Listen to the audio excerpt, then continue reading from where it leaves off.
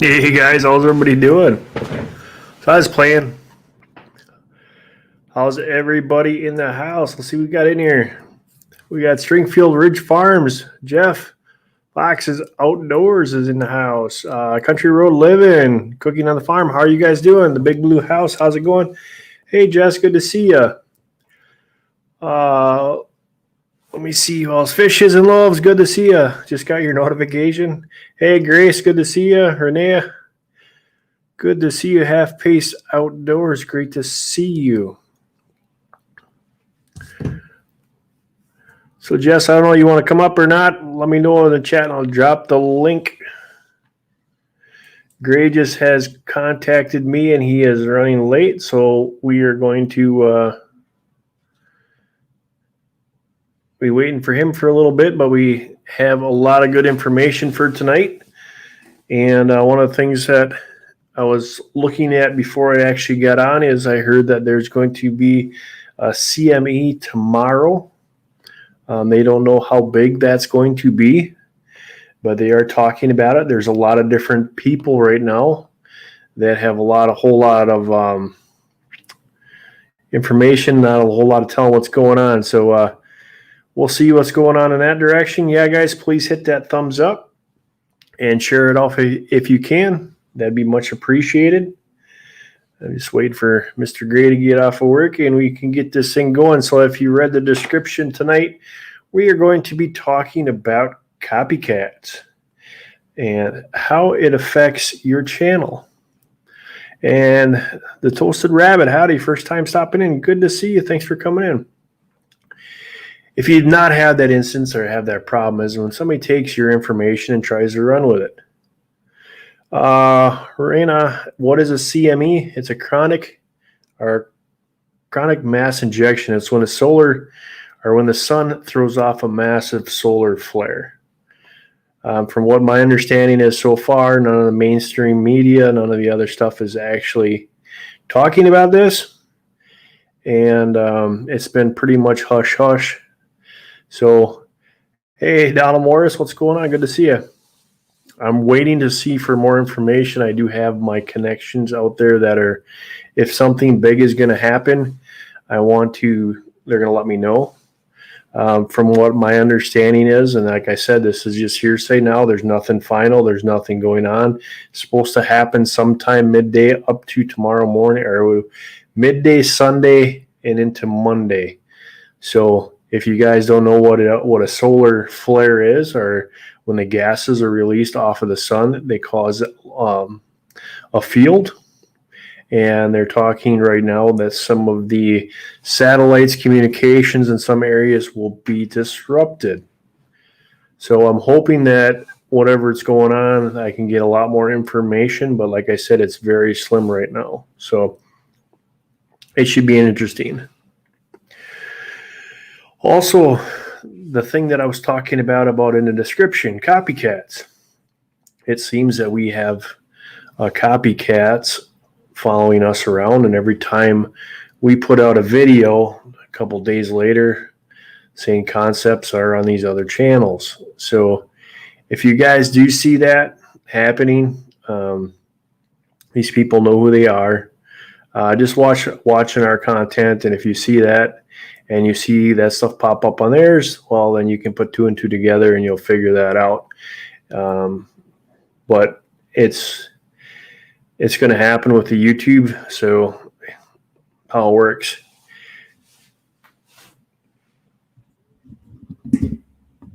Everybody hear me okay tonight? We're all good. I had a big mishap with all my audio and stuff. So, hey, Howie, good to see you. Jess is in the house. Gypsy, how's it going?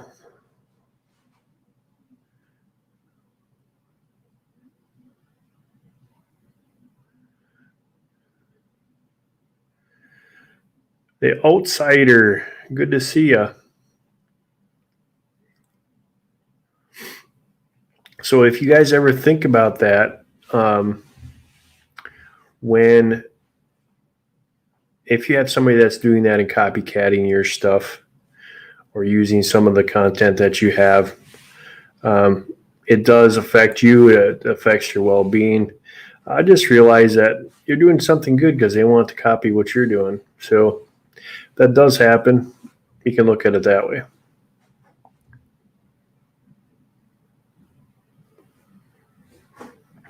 You too, Howie. Hope you're doing good over there, and I hope you're feeling better. And I know next week you're going in for your stuff, so prayers are with you, my friend. Grace Martin, good to see you. How you been?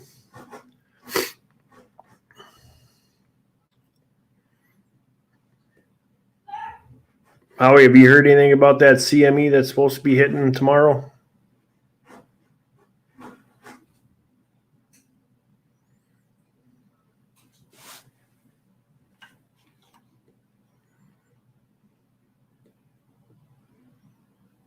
There's so many Donald Morses in a, yeah. Dwayne, how's it going? Good to see you. So we're going to have a lot of information coming up here in the near future, so keep an eye on that. One of the things I will be talking about is the 7 signs of silent inflammation. Okay, Jeff. Thanks, man. We're also going to be talking about sugar and how sugar affects your body. And that's going to be coming up here in the near future. So keep an eye out for them. I'm hoping Gray has some information about this CME, because that has me kind of wondering what is going on.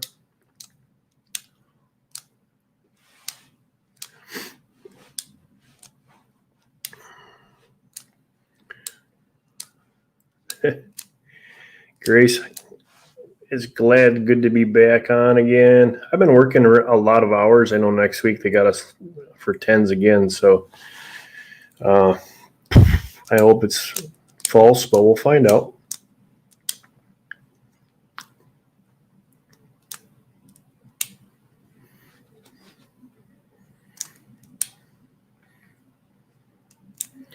Dwayne says it's so dry in Alberta. It's been raining here nonstop, so can't say that.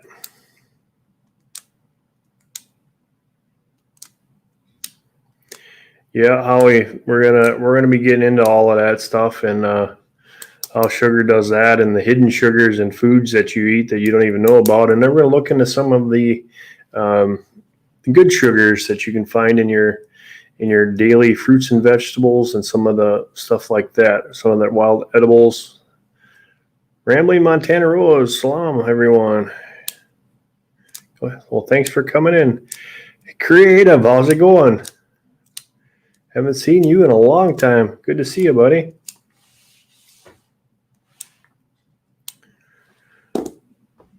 Been a long time.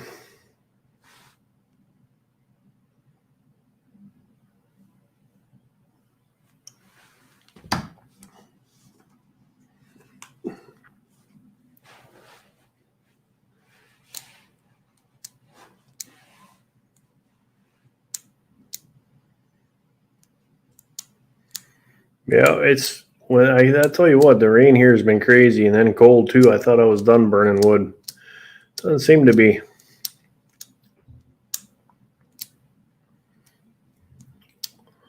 That's how it works, though. Some days it's good, some days it's bad.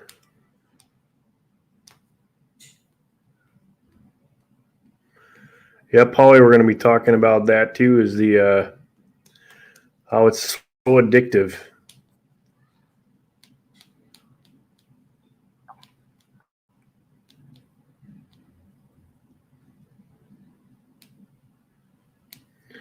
The Toasted Rabbit, what's going on is that we'll put something out, or we'll put some ideas out, or we'll do a live stream, and within a couple of days later, some other channels are doing exactly the same thing. So it's just it lets you guys know, hey, Arc Wild, how's it going, man? Good to see you. It just lets you guys know, if you guys see it going on, you'll know it, because now it's out. I'm not going to say names, or I'm not going to let people, I'm not going to do that. But if you see something that I've done here recently, or Gray, or Keto with Jess, There's another one, if you see something that's been going on in their channels and all of a sudden a couple days later you see that exact same thing, a little bit twisted differently, you'll know exactly what I'm talking about. Yeah, cooking on the farm, that's, the funny thing is they say I didn't have any content or new content. That's the funny part. But so be it. But now you guys know, and now you guys can see it for yourself, because a lot of people that I went, I took a lot of you guys over there and, helped to bring them up, help them get them into the community, helped them to do that kind of stuff. And then that's the stuff that happens. So you guys will see it for yourself. And then I'm not telling you what you got to do. You guys can make your own decisions. I'm not telling you who you can't watch on YouTube. I'm not telling you anything like that. I'm just saying keep an eye out for it. Because that's sometimes some of the stuff that we do talk about, if it's done wrong, it can really hurt somebody. And that's what I'm mostly afraid of, is that somebody's going to get the wrong information and then you're going to see bad results. Hey, Emily, how's it going?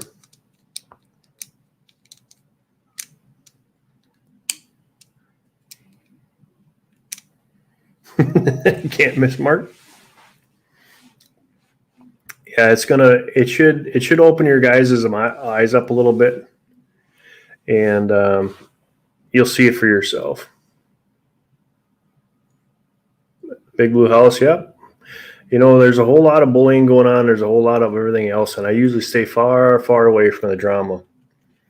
But when it starts to affect the people that I'm hanging around with, or that I'm helping, or I'm starting to set things up, then it becomes personal. So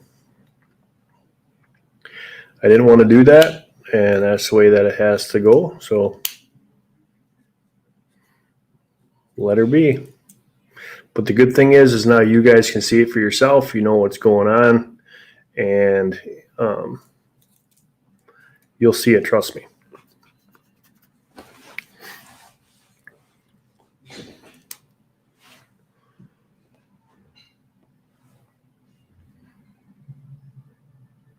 Rambling. Sugar is an addictive withdrawals and almost the same as drugs. Not fun.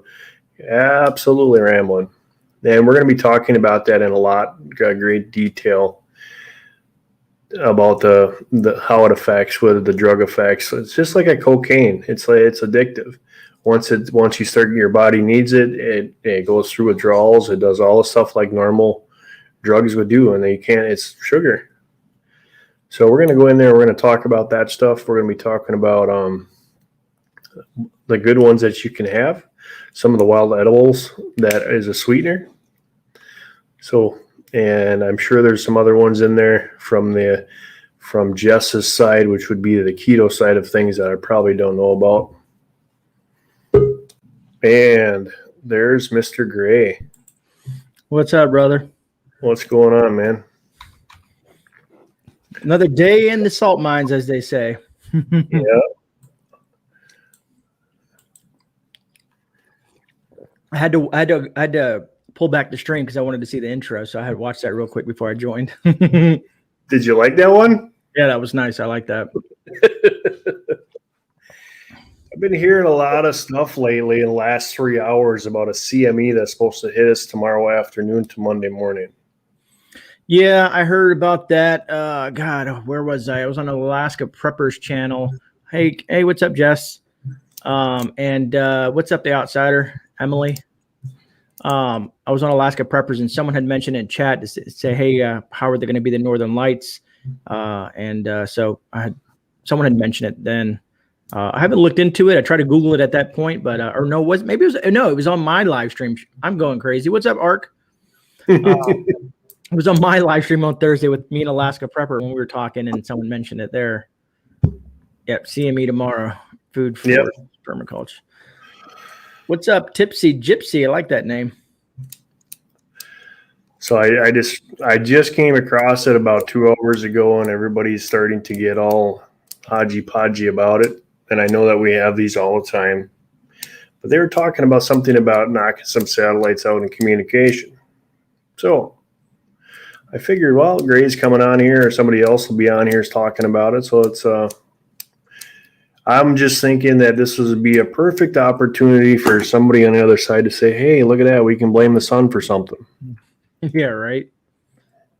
Let me get knocked these both. Actually, let me just say what's up to Country Road Living and Cooking on the Farm. I think I caught up with everybody that said what's up. But yeah, man, it was a long day. But you know that because I talked to you earlier. So Yep. I like your background. It just looks like you're just hanging out, nice and cozy. Yep. And I got your GreyMan album up on, or your little icon up by your head up there, and I got my rolling, and I made a whole new layer for the whole thing. Oh yeah, I just noticed all that. Yeah, damn. That's some good coffee you got going on there. Right? I'm still trying to wind down. Oh, so I did get that. You were right, Mark. I think that was the name of the book that I was telling you that I got it today. Yep. But I'm impressed so far, just skimming through it. It has every bird, every butterfly, every animal, every plant, everything. Let me turn this phone off. But I was impressed. It has a lot of information in there. I can't wait to dig into it a little bit more. Oh, I got a notification for you, Mark. You are going live soon. Yep. That's nice about YouTube. Yeah. Bushcraft family, good to see you. What's up? Bushcraft is in here. Yep. Got 29 in the house. So, guys, remember, share this out. Hit the thumbs up. Homestead Reverence, good to see you. Share it out on your social medias. So, if you at the beginning there, we started talking about the copycats and how they're been going around and taking information, running their. And, guys, one thing I wanted to talk about too is here's a perfect example. I was thinking about doing a heat stroke and heat exhaustion video. And what I did is, I know Grey has already done one with water and stuff like that. So I went behind the scenes and I asked him, I said, hey, is it okay if I add to this? He said, absolutely. That's what you guys need to do, is if you see somebody that's doing a video and you'd like to add more information to that, don't be ashamed to go and contact that person and say, hey, I would really like to do this. Is it okay with you? Is that all right? If they say no, that's not a big deal. Change your stuff around. But you don't want to go and start taking somebody's stuff and running with it, because then it's going to look bad on your end. Yeah, no, I agree. It's always good especially if someone has a great idea, maybe reach out to him and be like, hey man, I'd like to talk about that, talk about that topic. And I like what you said, you mind if I use some of that material and bring it into mine and add my own 2 cents to it and make a video, and I think that's cool. Because it shows that we're all on the same page. Like I was going to mention it real quick, because Ark Wildman, he was it was earlier in the week. He did a bunch of videos where he had the Peterson's Field guy who was going through plants and out in his where he lives at and stuff like that, which was pretty nice. He was just sitting there identifying plants and whatnot. So like I said, we all have the same mindset. But what's up, Jeff? Yeah, we all want to do the same thing, and we all can add new information from it.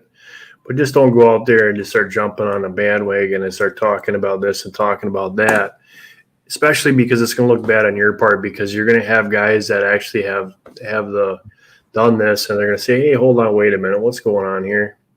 So I see some new names in here. The Best Life. I mean, they might be familiar to you. They're not familiar to me, so I'm saying what's up to some of the folks. Guys, go check out Grey, because we do a lot of stuff together.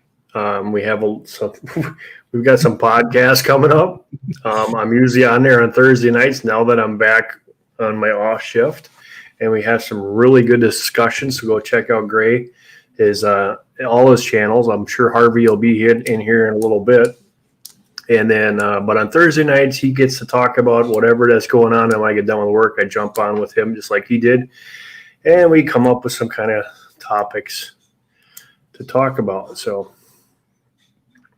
one of the things that I've been hearing a lot of people are asking me, how do you get your live streams to look like that and get all that neat little stuff up there? Like GreyMan's got his name on the bottom, and you guys can do the same thing too. So we talked about it before, and we're trying to figure out some good times to do some tech talk for the younger YouTubers. Some get your things going, get yourself a nice setup at a reasonable cost or no cost. I got a lot of free software that I know about. So, but today was not a fun day for me either because I lost all my audio. I put a brand new software in yesterday, had it all hooked up and running good last night. I had crappy internet, so I couldn't go live. Went to go fire it up today. I lost all my audio. I had to back up my files. I had to do a recovery on my system. My whole thing went.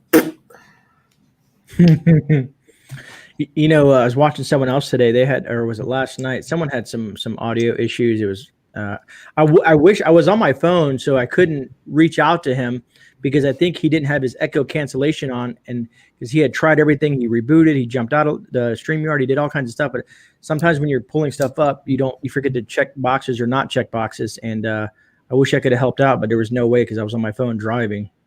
What's up, Blake? Good to see you, buddy. Yes, in StreamYard.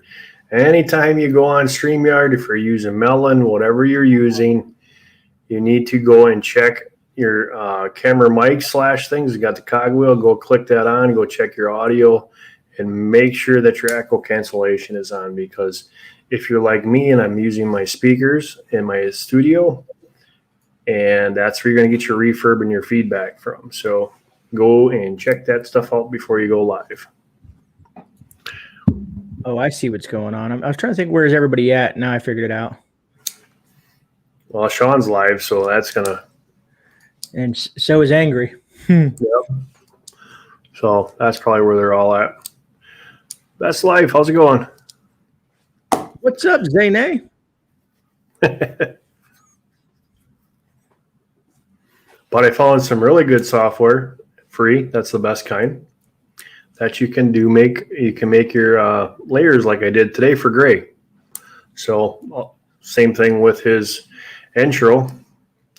I did a little bit of stuff there today too. Did a little bit differently. So that's pretty cool.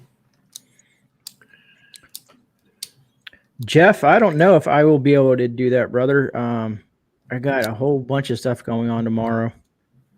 One of these days we got to work that out. Jeff texted me and was talking to me about something, but I know he's in chat, so it'd be easier just to tell him. But no, I appreciate that, brother. We have to figure out something because you live way too damn close. But that's pretty cool, though. Everybody's like, what is he talking about?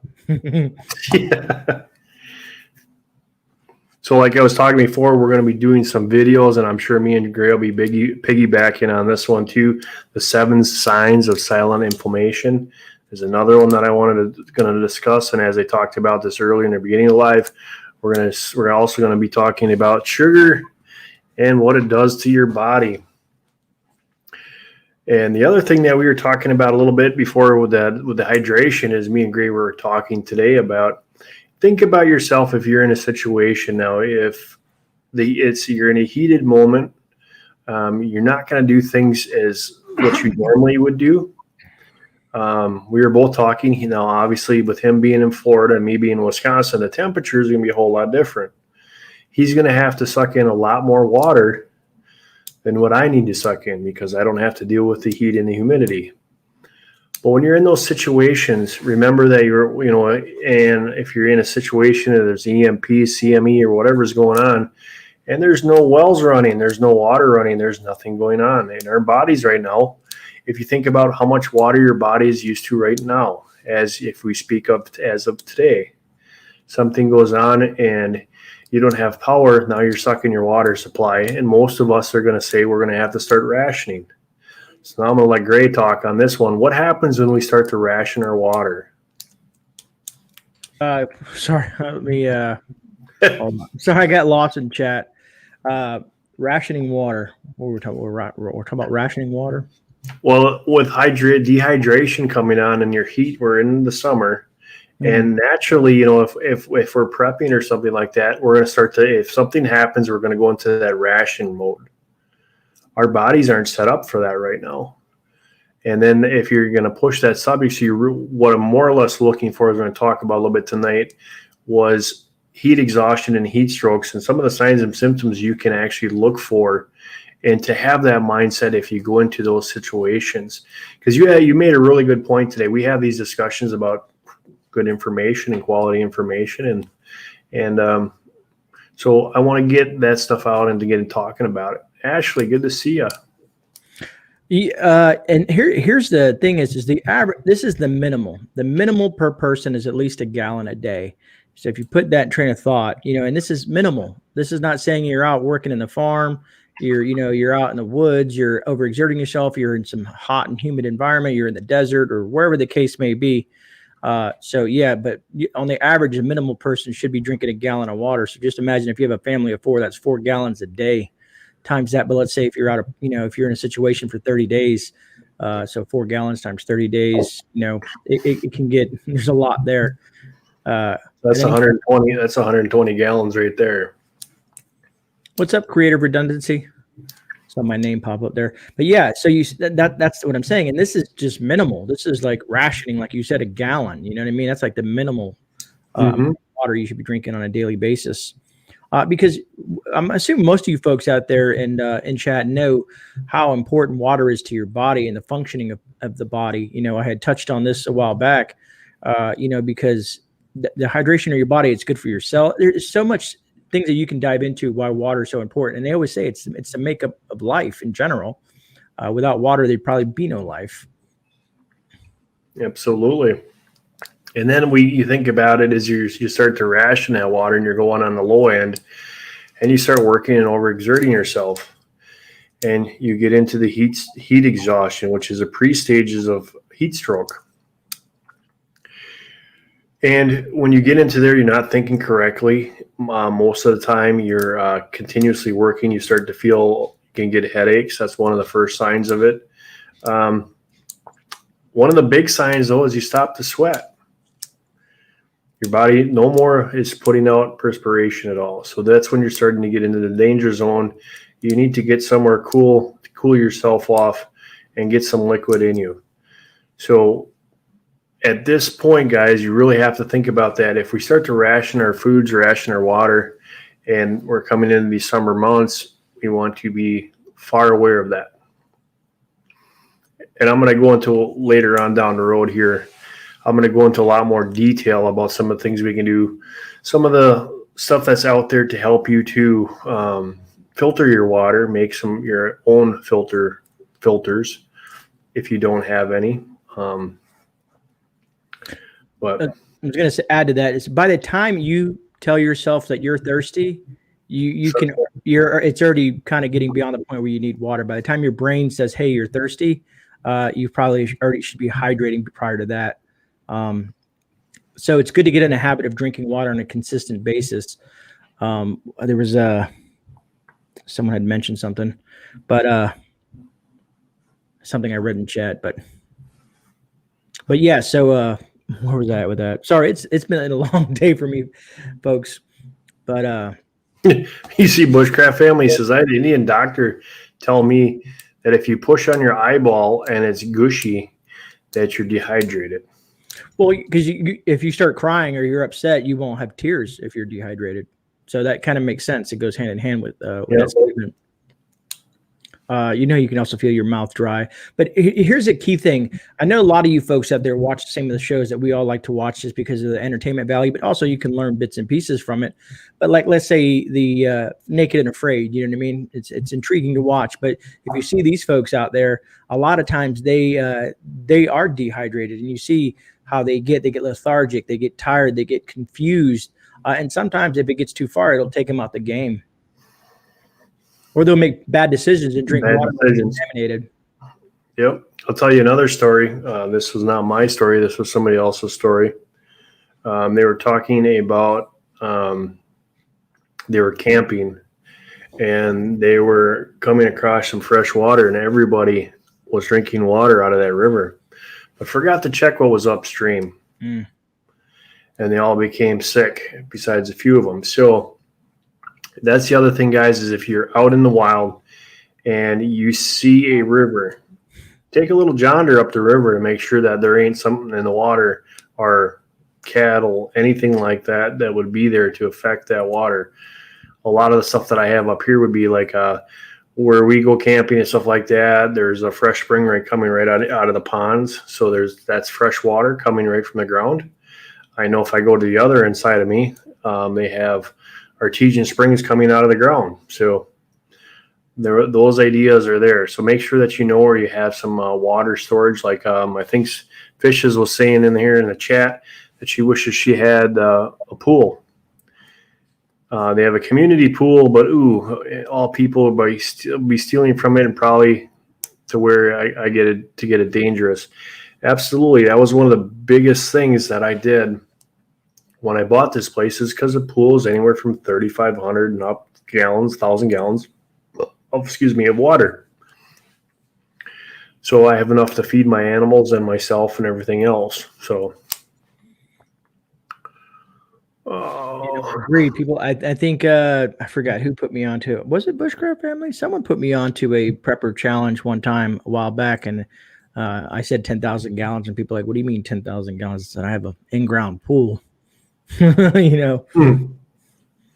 Jason, good to see you. Hello.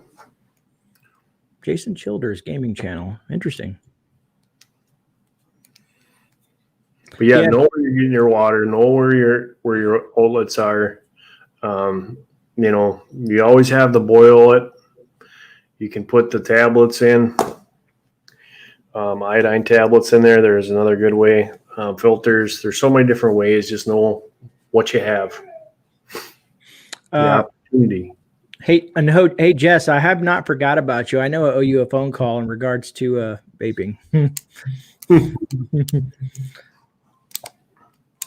My husband considered the bathtub storage method, but 2 tubs for a family of 4 isn't enough for a pool.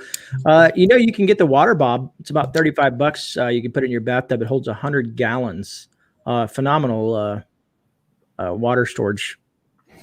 Another thing for you guys, here's another great way for water storage, is if you got cow troughs and you have gutters on your house, you can direct that water right into the cow trough. Some of them are anywhere from 250 gallons up.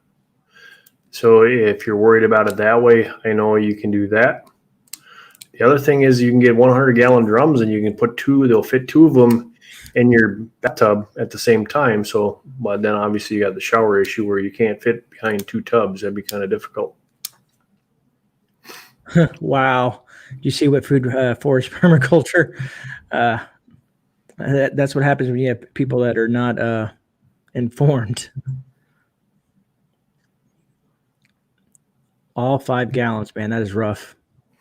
I took a guys. We went to do a overnighter. It was going to be a 2-night. It would be a Saturday and a Sunday overnighter in the woods, middle of wintertime. And they asked what they should pack. I said, keep your packs under 50 pounds. I said, you don't want to go over that. You guys haven't been out there. Long story short, one of these guys was a trainer. So he was an MMA trader. He trained the MMA fighters.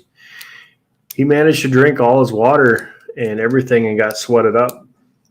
And actually had to go and pull a pin by 5 o'clock because I didn't think they were going to make it through the night. And you'd be surprised how much water you burn in the middle of winter because your body's trying to stay warm. You're thirsty. People make the mistake of eating snow. And what snow does is it chills you out, gets your inner core cold, and it does not cover the thirst.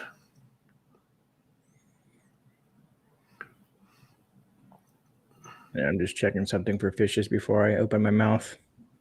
Collecting rainwater from a shingled roof and using it in water to garden. Do I need to worry about toxins from the shingles affecting the plants? Johnny, my grandpa used to do that. That's how he used to water his garden, his plants, and everything else. And he had a shingled roof. And he had it sitting in 5-gallon or 50-gallon drums, and they went right down the spout. One would fill, and then when that one was filled, there was an overflow dumped in the next one and go right down the line. And that is how he watered his garden and all his flowers, and they had some of the greatest stuff I've ever eaten, and I'm still alive. So There's Harvey. Told you he'd be in here. What's up, Harv? So it doesn't have a water filter on it. I was going to share my screen, but I don't know if that's necessary or not. But it's a water storage of 100 gallons, and you're filling it from your tap water if you have safe tap water. But it's better than drinking out of non-treated water, if that makes sense. But so I was wondering about that, Gray, with them kinds of things. I know a lot of that stuff is food grade plastic, but I'm wondering if people in the city use those things, and most of the city water is treated with bleach. I wonder if that soaks into that stuff and starts to break that down. I don't know. I was looking at the big bladders too. What's up, Colin? And I agree. There's a lot of information. Jason has a lot of information on this because he's the one that turned me onto it. But I know it's food grade. There's a lot of things to it, but when it comes to plastic, you're right. But that being said, even like the huge storage containers, I forget what they're called. They're the they're the big square ones that you see on a lot of people's farms that you use for non-potable water. Some people use for potable water. But that's a plastic base as well. And then also when you go to, let's say, Tractor Supply or the Augustus Farm, all those 55-gallon drums, those food grade 55-gallon drums, they're also plastic. Yep. But it's probably safer than running a metal drum with water storage because of the fact that, heavy metals or whatever that's in that metal that would leach into the water. So I'm assuming that the plastic is probably the best way to go, or food grade plastic. Maybe there's a liner or something like that protects for certain things like that. Check your emails. Harvey's got some information in your about the CME in your email. All right, I can do that. Just reaching CME, hitting us now. Email. Thank you, Jess. Thanks for letting us know. Harvey, thank you for looking that up.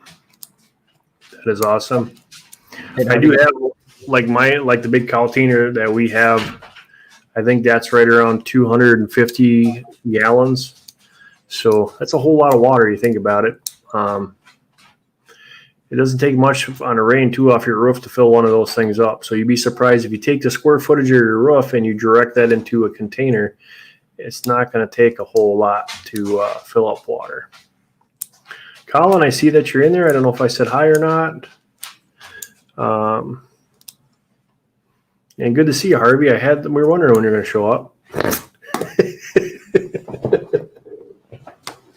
I knew you would, buddy.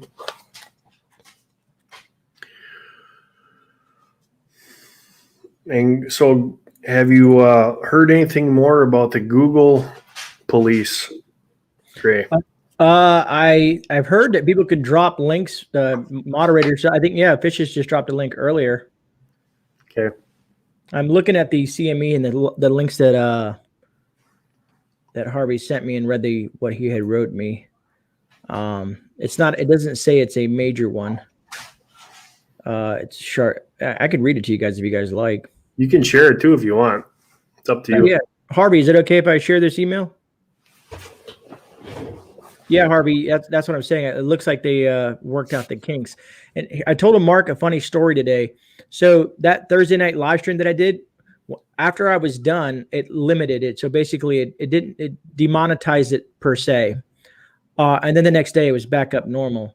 So I don't know if me yelling at YouTube moderators in the chat helped or didn't help, but they fixed it. Or from my end, they fixed it.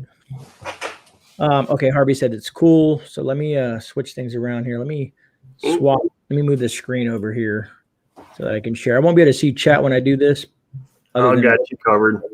All right. And let's do share screen. Just said that Ghost Prepper was having problems with mods dropping the links.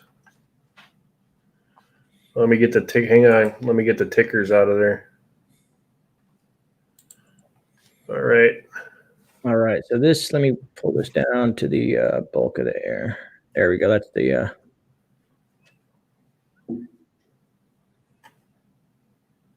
but that is if you guys want to, I can read it out loud if that makes it more easier for folks.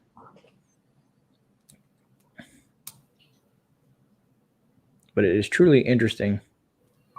Yeah, it is. So he's saying it's a G2, G3, but the Earth's magnetic field is about 25% weaker and failing.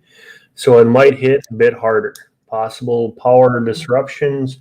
And I was wondering because last night I could not get my internet to go up because I am running satellite, so it's it was definitely getting screwed up. So, but thanks a lot, Harvey, because this is really interesting. There was a lot of things out today on YouTube land, but you know how I like to get the good stuff and not the BS. So Harvey said, yes, read out loud, please. Just kind of scrolling through their stuff. And then there's also a picture of where the solar flare is actually flaring up there. I think, or is that a satellite? Yeah, that's the space station. Oh, wow. Hey, Jess, can you text Moon and tell her that I'm looking at the information right now because she was asking me before? But yeah, I mean, if you guys want me to, I can read it real quick. It says, this will be topical and exciting for watchers. The CME has arrived. The CME hits Earth magnetic field on April 24th, about 23:07 UT. Hours earlier than expected, a sudden discontinuity in the solar wind speed and density herald its arrival, followed by a sharp jolt in the magnetometers around the world. Conditions are currently favorable for the development of a G1 and possibly a G2 class geomagnetic storms as Earth moves through the CME's wake. And then it goes to say this is a minor geomagnetic storm, G2, G3, but the Earth's magnetic field is about 25% weaker and failing. So it may hit a bit harder. Possible power disruptions and auroras in higher altitudes, kind of like where Rudy at the Alaska Prepper is. Also, there are cracks in our magnetic field now, which allow significant events seen in countries around the world. It's interesting that the sun is gearing up for major sunspots and CMEs, which could, over the next few years, result in major power failures across North America. Are people prepared for that? Thank you, Harvey. And what's really good about what I'm seeing on this is that I'm guessing from what this article is saying, the G2 and G3 would be a mild to a medium, and I think the G1 must be like a major. I mean, we could touch on that. Let's see here. Like I said, I'm not a CME expert. Let me see. Let's do a CME rating scale. Yeah. Hey, Google. Right? Let's see if it makes it easier. Extremely rare. So scores. Score indicates the type of detected CME based on transient speed. See PDF chart. I'm trying to see if it makes it simple so we can actually. So I guess what was that one? The one up here was a C, right? Let me go back to G2 and G3. So I've been doing math all week long, so this complicated math, I don't want to be thinking about it today. Let me see what this has. I'll pull it up. It's just a scale. Maybe we have some CME folks in the chat that are smarter than we are when it comes to this type of information. Yep. Zane, was this a few hours ago? Depending on where you're at, it's supposed to hit the U.S. sometime tomorrow, midday, and possibly into Monday, is what they're talking about. Now, I don't know exactly, and like I said, none of the mainstream media is talking about this at all. It's all totally hush hush. So, only place I'm finding stuff is on YouTube. There, Harvey gave a good explanation down there. They go by B class week, CMX class. They start at 1 and go up. Okay. So if we have an X5, the world's probably getting smashed. Yeah. We got the 4th of July coming. That's what's going on. Yeah. And yes, Bushcraft, I did. I'm actually looking to invest in some of those. Now, go ahead, brother. Okay, Howie. Take care, buddy. God bless, and I hope next week goes well for you. And I will be keeping you in our prayers.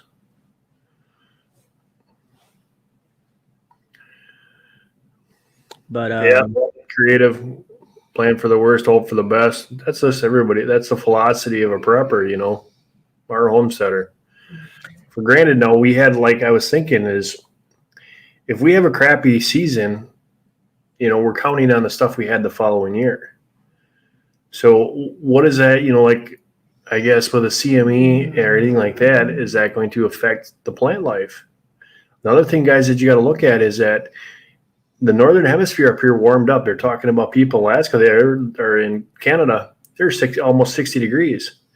We had that happen to us, and now we're back in a cold. So like a lot of my plants that were coming up got frostbite and have frost damage to them already.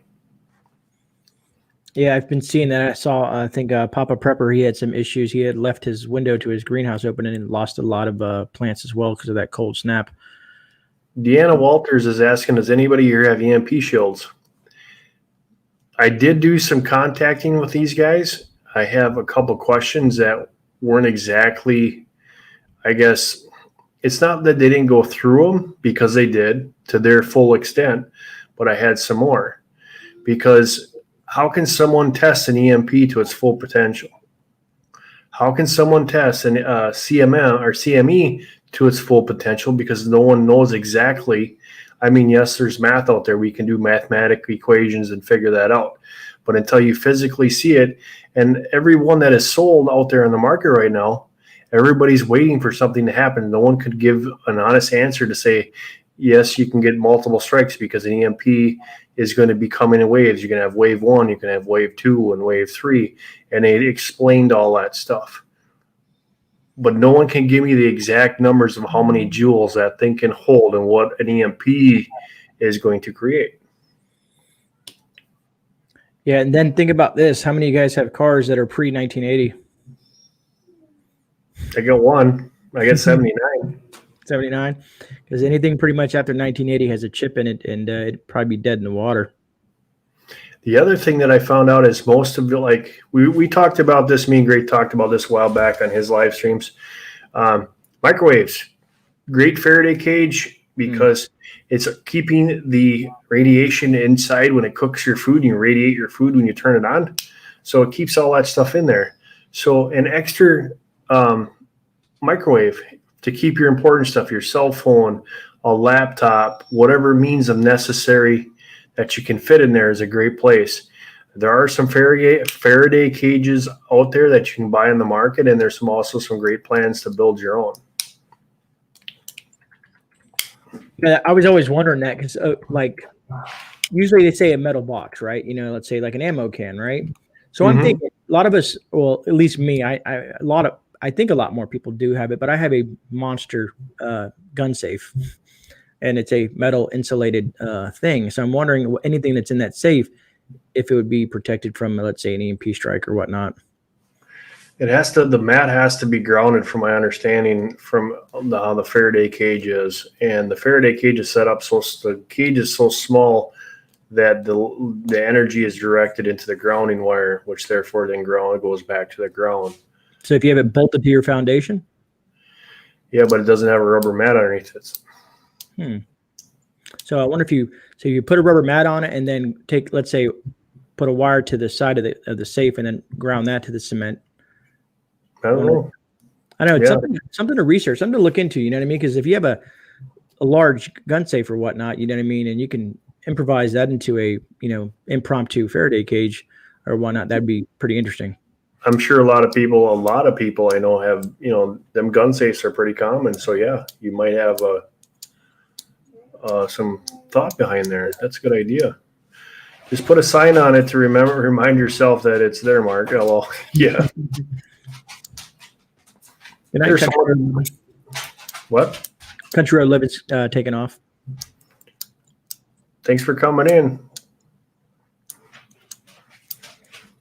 But yeah, there's a lot of that stuff that I was actually thinking about today is, EMF, EMP, CME, all of that. It's a scary situation no matter how you look at it. A lot of folks, and I do this a lot, and maybe it's wrong of me to do it, but when I'm driving or when I'm at the store, I look around at people and I wonder to myself, are they prepared? Could they survive in a bad situation? You know what I mean? 'Cause I feel like, unfortunately, the majority of the population probably won't make it just because they're not in that prepper mindset or prepared mindset.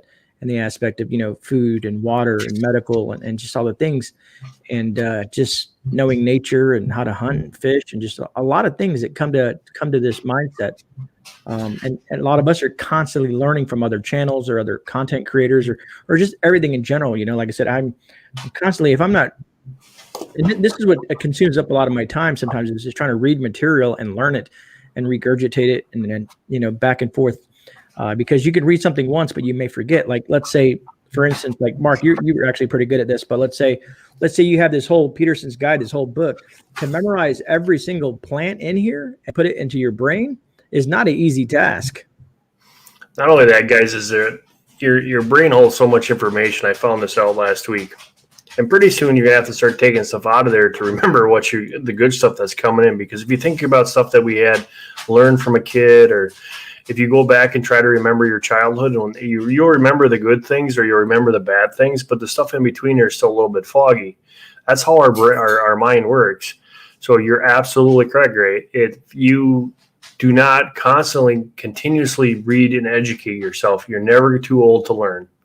And he's absolutely right. I carry that book with me when I go out because there's still things that I don't recognize or I don't remember what was in there. So I'm going to go get some water, Gray, and let my dog out. Roger that. And that's why I always tell people, what the best thing to kind of do is to build a prepper library while you can, while in society it still exists to what it is today. And I don't want to fearmonger and make you guys freak out like it's ending tomorrow. But while that we have the capability to do things and get books and get material, is the best time to become prepared. Worst case scenario, I was going to show you guys on my phone maybe, because let's say if it's not an EMP and it's just a grid down situation and you still have access to your phone, but you want access to cellular service, right? So I even actually have, and some of you folks are probably doing the same thing that I do, but I don't know if I'll be able to see this on the screen. Let me see if I can do this up here. I don't know if it'll focus on my phone or not. Let me move this around and see if it'll focus. But if you see that little section down there, it says preparedness. Those are apps that I use, plant identifications, knots, a scanner, GPS tools, and stuff like that I put on my phone, because there's a lot of great apps, and a lot of them are free. There are some that cost a couple of bucks that you can have on your phone. And being that I have a brick that's a solar charger, I can consistently charge my phone with the power of the sun. So I still have access to that information if I didn't lose an EMP. If it was just, let's say, the power grid goes down or something else that happens versus, an EMP shorting everything out. Or if I had my phone in the microwave and the thing is, how many of you folks are out there, like, throw your phone in the microwave every night? People usually have them right next to their nightstand or in their pocket or glued to their face. So, and I understand that they are, like Mark was talking about earlier, and I think Morgan at Rogue Preparedness said it, they have like these little things that you can put your phone in, these EMP shields, but we don't know to the full extent how well they work, depending on the strength of an EMP. And Deanna, the grounding rod next to your house for your box, that's code. Your box has to be grounded. There's another one now. So if you're talking about your whole house, they put grounding rods across the top of your house for people that have. They live in an area that they have a lot of electrical storms. We had them on our barn back in the day. Those are designed to take the hit from electricity and then ground it to the ground. With an EMP hitting the house, the EMP will fry every electrical wire that is in your house. So the grounding rods won't do anything at all. So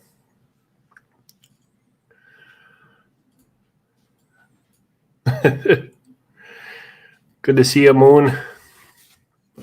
Causing trouble in chat. Just kidding. Interesting. Let me guys. I was going to my email because I swear, where was it? Okay, no, that's not it. I'm gonna check something. I got an email from Prepper Now.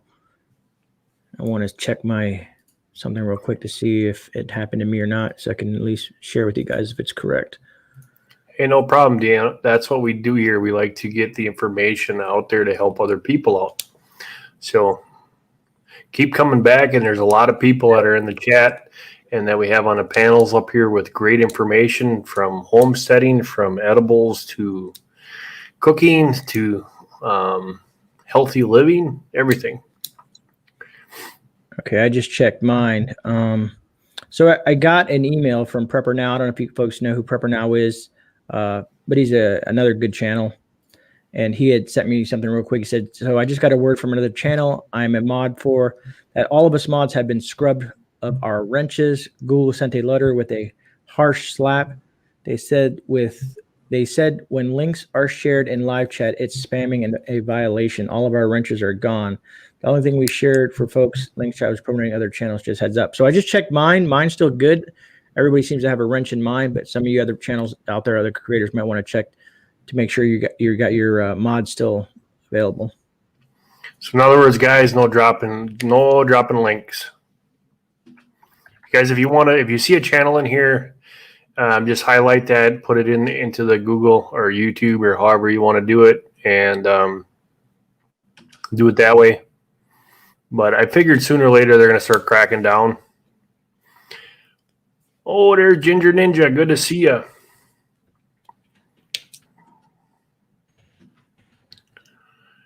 Anything and everything to stop from sharing. Stop us from spreading that word, man. Yep. All right. I'm just making sure, because I know I got a bunch of emails to go through. But I'll do that later. All right, back to they're just. That's the other thing too, is like Gray was explaining to me that today, he got not demonetized, but it's limited, and then all of a sudden they turn around and gave him full monetization of his last video. So they are playing games. They are doing their thing. Garden Josh, how's it going? Good evening. Good to see you. Thanks, Moonface.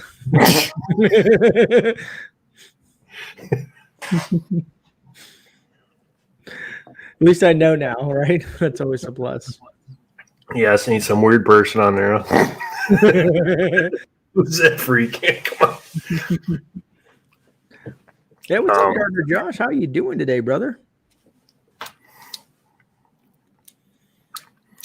They're doing some weird stuff, and I don't know why. What I don't understand is the more people that are growing, the more money Google makes. So what's the difference, if we tell our community which ones and check out this guy's got a good channel? I don't understand that. Yeah, it'll be interesting to see. I've seen a bunch of channels drop links. I have not received an email from Google. They haven't really contacted me with anything yet. So I will see. I'm not sure. It's just something to look into. You never know what Google's. I've looked at their TOS, which is their terms of service, and I haven't seen anything change. But I did research the issue with the links and a bunch of other stuff, and this happened 3 years ago. And there was an uproar amongst the YouTubers in large communities, and they pretty much fought back, and YouTube fixed it, I guess, or Google fixed it. One of the two, yeah. Nope, I've got nothing here at all in mine either. So, yeah, I checked on both ends and haven't received anything. So, but like I said, just be cautious. So, but we'll see, man. We'll see. It's hard to tell. And they're not really. And here's the thing: is the channel? Let's say the content creator itself. They're not really going after them. They're going after the mods. From what it sounds like. Yeah, but you know how it works. We give the wrenches, so no matter how you look at it, we're supposed to be in control of our live stream. Is what, if you look at the live streaming and stuff like that, we have the final say in the control of that. So I can see that coming down sooner or later. Hopefully it doesn't, but yeah, I hope not. It's just because it's. And funny enough, this is not just the prepping community. It's across the board. It's every channel you can think of, the gaming channels, the big channels. Everybody shares links. It's just a way to help other folks and spread the word on whatever they're trying to have a topic discussion about. Joy's Blessed Life says, I rarely have a channel link on my lives, but had a friend's channel shared yesterday, and they had a bot mod remove it each time that the one was shared. Yeah, it was only fixed as of this morning, from my understanding, that links can be shared or links can be posted, and their mods weren't, the bot mods weren't doing nothing. Supposedly, there was a glitch in the system. Supposedly, on Reddit that I read, there was a glitch, and basically the Google bot mods were going crazy, which concerns me down the future that these are bots. These are some sort of artificial intelligence bots that run rampant on the platform. So here, Harvey's cautiously testing it right now.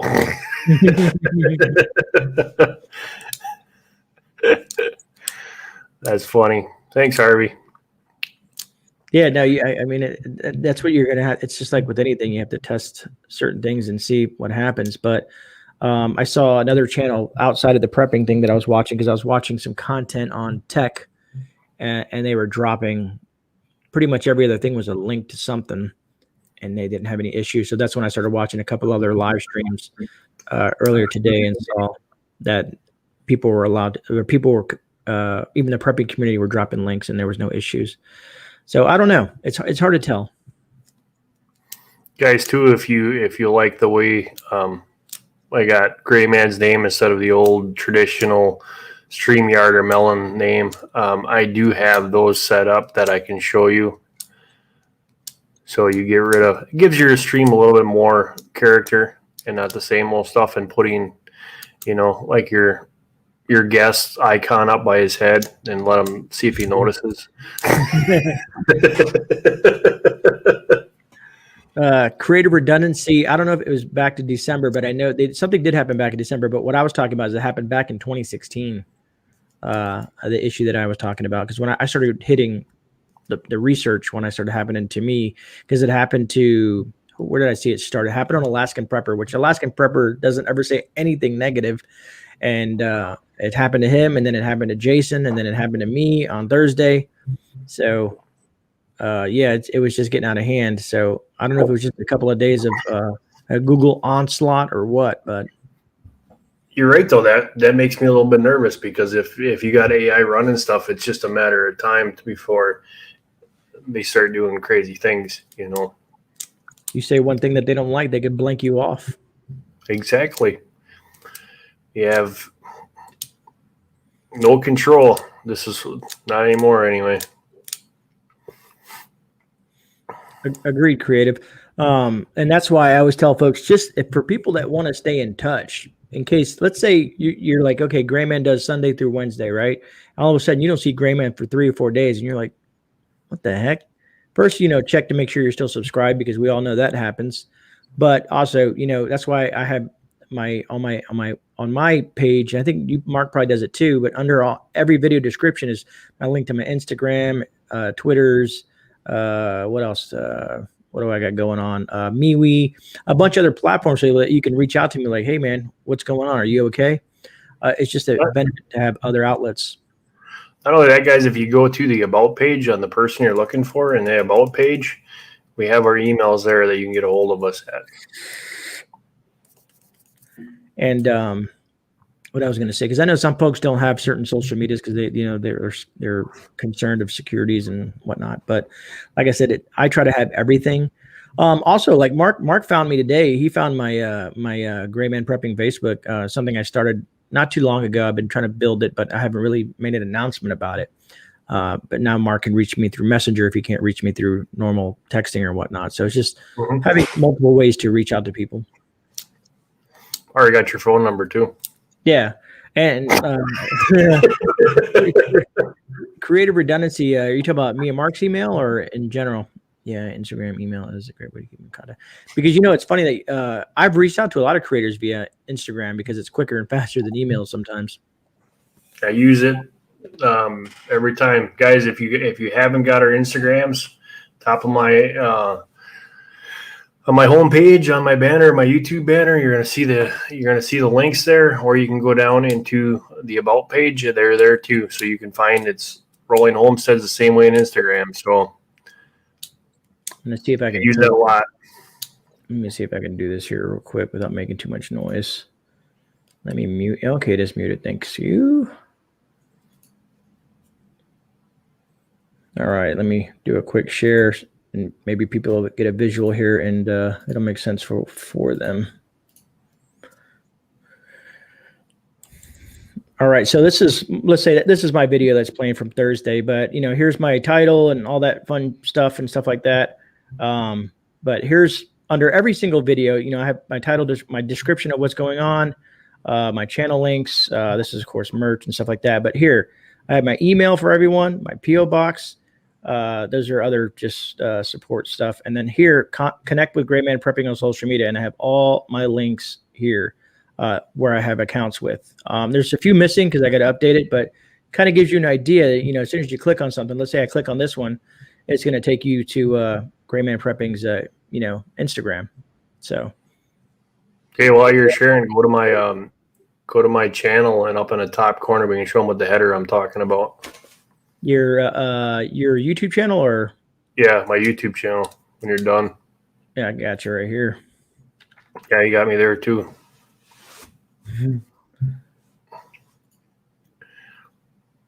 Right here. So you see, yep, right there. So those are active links that you can click on, and there's another way to get a hold of anybody. So let's say we want to click on that one there. It'll take us to Mark's Instagram page, and there he is. Yep. Make sure too, guys, if you do put those links in there, try them out, because sometimes they don't work. Agreed. But it's a great way. I mean, I don't know if you guys, let me see if what is this? Someone's heart and stuff. I'm trying to see if I can pull up something here. Where was it? I wanted to show you guys. Let me see here. Go home, buddy. That's not what I'm looking for. My profile. Followers, follow. Let me just click on this. But this will kind of give you, there's a lot of preppers on here. That you guys can find, cooking on the farm, 6-shooter. Some of you guys know these names, but even Fox It Outdoors, you guys probably know him as well. Bjorn, there's big names like Magic Prepper, Broussard Homestead, really big, Dave, really big monkey, Rolling Homestead, Keto. Like I said, there's a lot of folks on here. City Prepping, and you can just, you can hit their channel up and message them if you want, but yeah. But that's it. Oh, there's the water, Bob.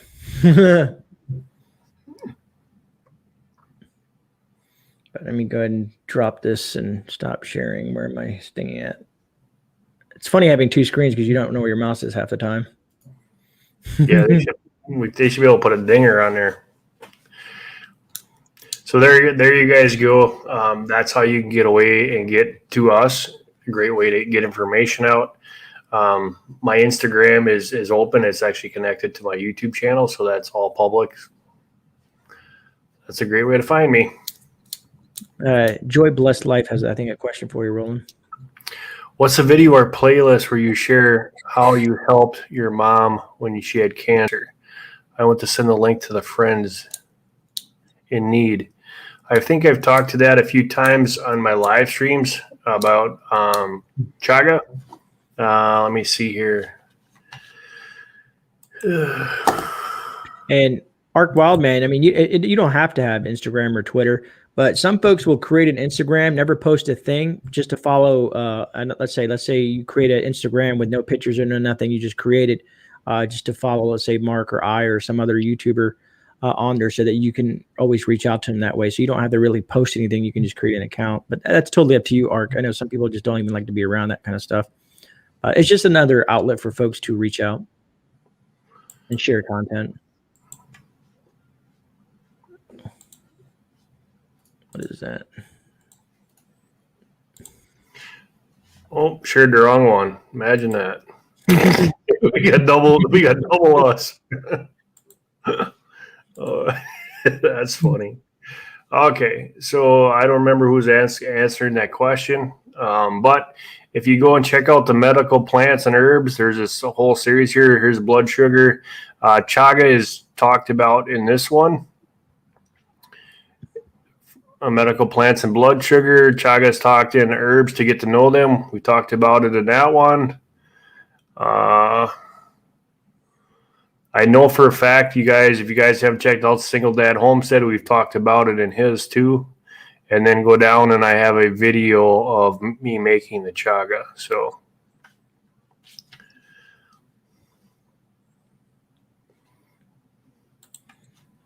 Yeah, Harvey, one of these days I need to post that. Can you pin something to your community tab where it's always at the top? Like, let's say your schedule, your YouTube schedule. Oh, somebody says, oh, Justice says, boom, there's Google Mod. Where? I'm looking to see, but I don't see anything deleted. I don't see anything. Because it'll say Google Mod deleted something, but I don't see anything popping up. Nobody check content unless they bot flags you. Yeah, Cooking on Farm, we also have the cancer fighting juice video that's out there, so you can find that on our YouTube page. You know, chaga is such a good and wholesome thing, and I got to get Keto Jess to make a video on the stuff that we found.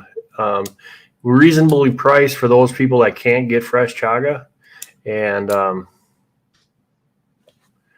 comment what held for review.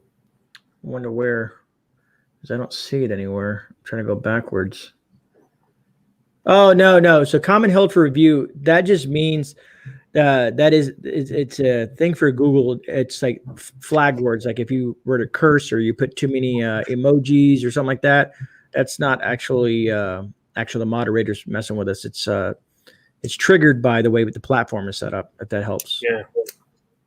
It's to protect in case there's somebody like a troll that comes in and starts saying F this and F that and screw you and everybody's this and that. The moderators can choose to let that ride or not. So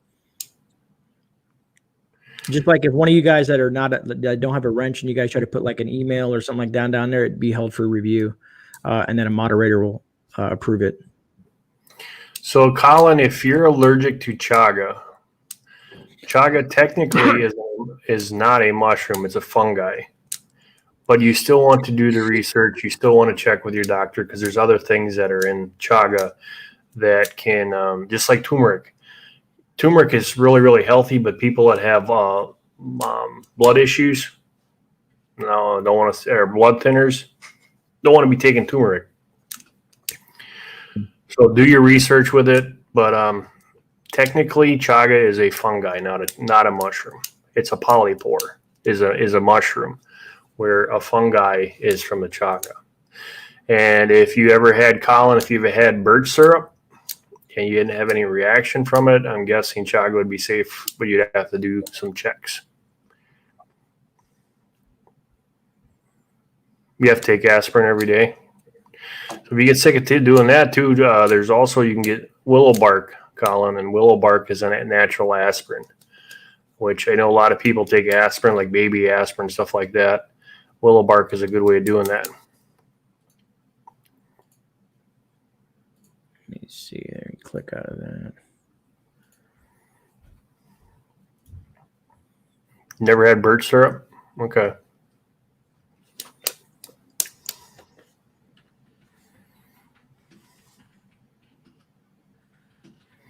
Yeah, chaga is one of those things where just love it. Q's Kitchen and Beyond. Good to see you.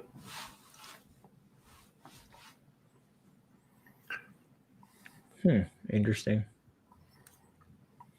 I didn't know Amazon sells dandelion seeds. You need some?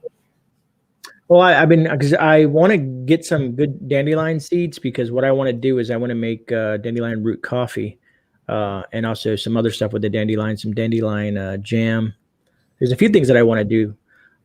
They have 10,000 seeds for $10.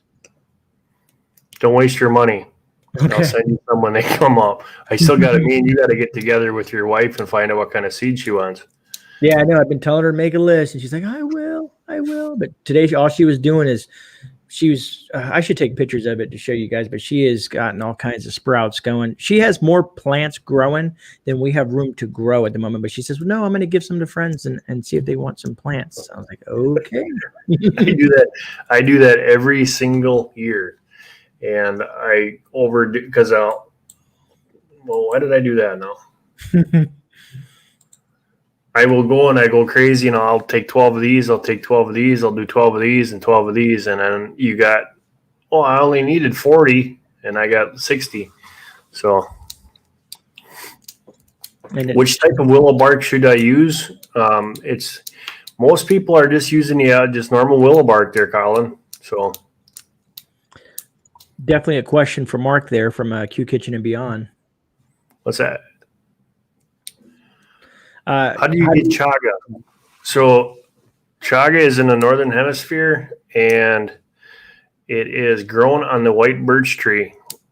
It has been over harvested, and it's like one of those things of finding a gold mine when you find it. For those people that do morels, or not, morels. When you go hunt morels, chaga's like that. It's you hunt it in the wintertime, you harvest it in the wintertime, and then you can use it in tinctures. You can use it in teas, stuff like that. There's a great list of multitudes of things to do to get it to that state.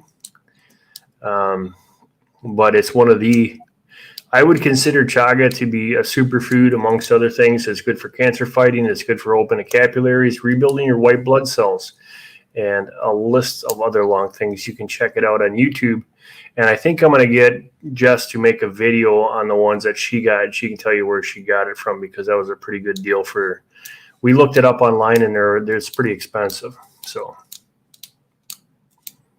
more hunting. Gotcha. Somebody else had a question up here I missed. I saw the chagas. Let me see. What did I see? I've heard that there are different types of willow. I know Joy, blessed life, is going to bed. Take care, Joy. How do you get chaga? No, I don't know, unless I missed it too. I have a million of dandelion seeds right now, all organic. That's cool. The Big Blue House, Homestead. I have my P.O. box and all my videos. Just saying. I always everybody's going to have millions of dandelion seeds in a little bit, because spring's coming. See, but I want, like you guys. I think you guys are more of a trusted source than pulling stuff. Yeah. But I haven't received. That's Mark would be my first person I ever received some seeds from. Matter of fact, Mark, I got to find that receipt and find out where that package is. Where I did it. I'll have to talk to Mama there, and maybe we can pack some dandelion jelly in there, and you can try it out for yourself. That'd be awesome. Yeah, it is. I got a fresh batch going to be start growing here pretty soon. So. My wife, she has a lot of issues with her stomach. She's been taking this medication. I said, dandelions are good for gastric issues as well. And I know we got tons of root around here too. So, dry root, and one of the best coffees that I've had that was out in the woods, and dandelion tea, good stuff all the way around. Now, when you grow your dandelions, you're just growing out wild in the fields out there, or are you? Because I was wondering if I should actually do like a above ground box and have the dandelions just growing and by themselves, so I can take care of them or whatnot. Yeah, you can in the springtime when they're little, you can use their leaves in salads. They're really good. You can use the flowers for dandelion jelly, dandelion wine. I know in Europe they collect a bunch of them, make dandelion butter out of it. I've heard of that already. And then as they grow up, dandelion has a bitter in it. So the bigger the plant is, it gets bitters, but the whole thing is edible. Yeah, there's so many uses to the dandelion plant. And growing up as a child, most people saw it as a nuisance plant. And now, now I've gotten researched and learned throughout my life, I learned how awesome of a plant it is. Well, it's just like plantain. Plantain, people see it in their yard and they think it's a nuisance weed because they want to manicure their yard. They have no idea what they're killing. That thing's amazing. That would be one of those that I would be right up in there with my dandelion. Yep, bushcraft family. Any kind of edible is going to be better in the fall with the root, because all the nutrients from the plant goes back to the root. And that's why chaga is the best in the winter. Dandelion's best to be harvested in the fall, because all that nutrients goes back into that root.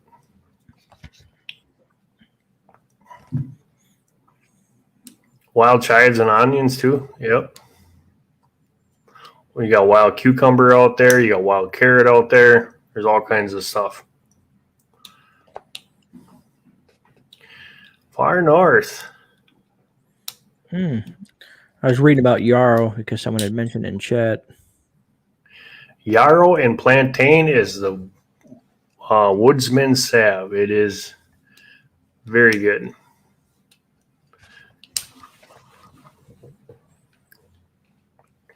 Yarrow is one of those things. I got that growing along the fence here by the chicken run, and it's just really, really all over the place. Yarrow is right there. Yep. You got to watch out though, because it's got to look like the Queen's Anne's lace.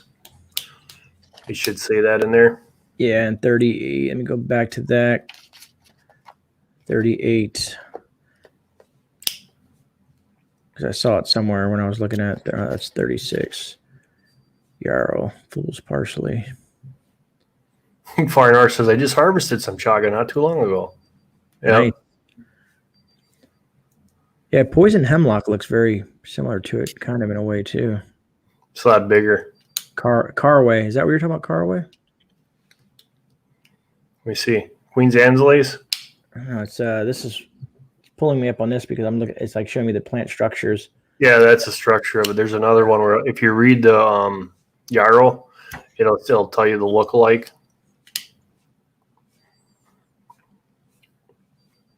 Fields and roadside. Flowers in June and September. Huh. I need to. I'm gonna do something. I'm gonna do some sort of special live on my birthday or something. I do reverse birthdays, guys. Just so you know. Best thing that you can do is do like he's doing right now. Is he's going through his edibles in his area, and he got a book that's specifically designed for that. And that's the key to the whole concept is instead of learning a lot of stuff that's not in your area, he's concentrating on those of his area. And I think that's awesome because a lot of people just get a rough estimate. They'll go with the dandelion and they'll go with the yarrow and the plantain and purslane and the normal ones, wood sorrel, nettle, just the commons. But they never really look at their stuff in their area. Yeah, the book that I ordered is 100% geared toward just the state of Florida, and because I want to be extremely familiar with what's around me specifically. And then, like I said, I think I showed this earlier. This book, basically, they make this book for every state. And let it focus. Come on, you can do it. There you go. But what I liked about the book, I could kind of flip through real quick, is it shows constellations, it shows plants, it shows animals, sea life too, but it goes through insects. This thing has color things and descriptions of almost everything that's in the state of Florida, pretty much. It's just real good stuff. Birds, it just goes on and on with all kinds of good information. It even goes into hiking trails and all kinds of other stuff like that in the entire state, but pretty good. I'm happy that I ordered it, and it's full of great information. Because let's say you live in Texas, right? And you lived in Houston your whole life, but do you know the entire state of Texas? You know what I mean? What if you get pushed out of Houston and you get to somewhere else? So I'm trying to learn everything and every possible aspect of my state. Guys, don't forget to hit the thumbs up. It helps us out and helps you guys out as much, and give us a share out. And I'm totally reverse aging thanks to just taking information from the slide. Yeah, right, Vicious? That's what people ask me. How old are you? Great. I'm like, I'm 25. They're like, really? I'm like, yeah, man. I've been reverse aging for almost 20 years now. Before we redid the studio, I had a jar of, I think it was nettle up here, a dandelion root up here. We do some, I think thyme tinctures upstairs. So. But I'm hoping like I said, when we build our homestead, I want to build my studio, my YouTube studio, a little bit different. I want to have multiple sections of my studio because I want to show a library of books, another section with preps, and then of course keep my original background. But that'll be down the road, hopefully. I got that right there. I got my books all started. I got a bookshelf now and filling that up with different books. And the edibles I can't help with. That just got too big. There's just way too much. But, and guys, if you didn't see the cool intro, go check out the beginning of the video. I was playing with some new stuff today. Pretty neat. I'll check something here real quick. See, this one has a better. Where's it at? Yeah, see, this is a lot more descriptive of the yarrow plant. This one has a lot more information about the yarrow. Yeah, a lot more information. That's why I got this one as well. Yeah, there's a few of them I got to check out. Jess was talking about old Indian edibles. What's the name of that book again, Jess? Did you ever see the Army edible book? Nope. They make a book. I'm going to see if I can find it for you. I found it on Amazon by looking for stuff for Florida. No, it's Army Foraging. Is it Army Foraging? I didn't even know this existed.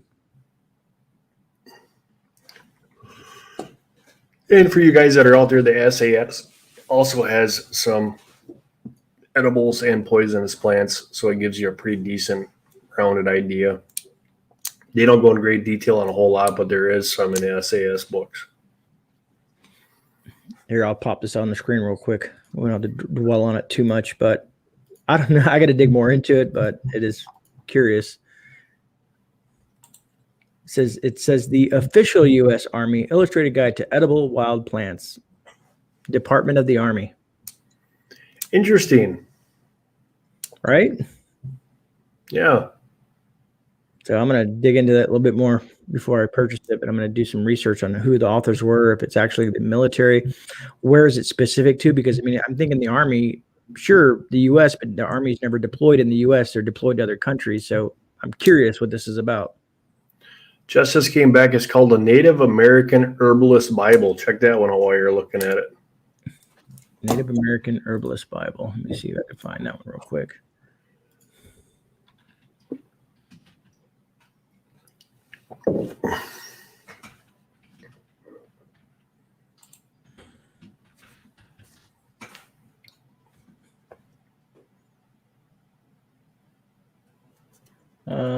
There's 3 books in one, from the Native American medicinal herbs to modern herbal medicine, everything you know about transforming herbs.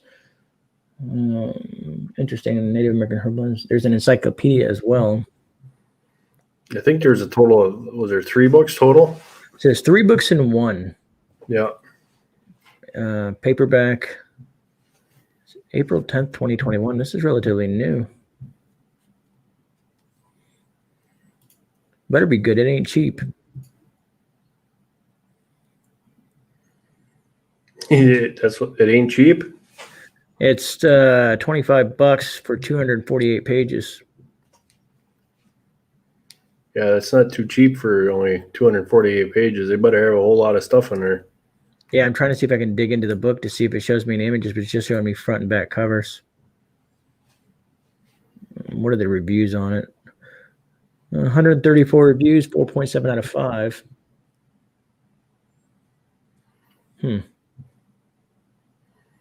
Q's Kitchen. Yep, I know that feeling. Dogs need to go potty. Never fails every time I go live. But yeah, I'll dig more into that one as well. I like researching material. And my keyboard is typing on itself. Your keyboard is typing on itself? I guess I must have pushed the book down, and when I took everything down, there's like a bunch of exclamation points across the screen. Let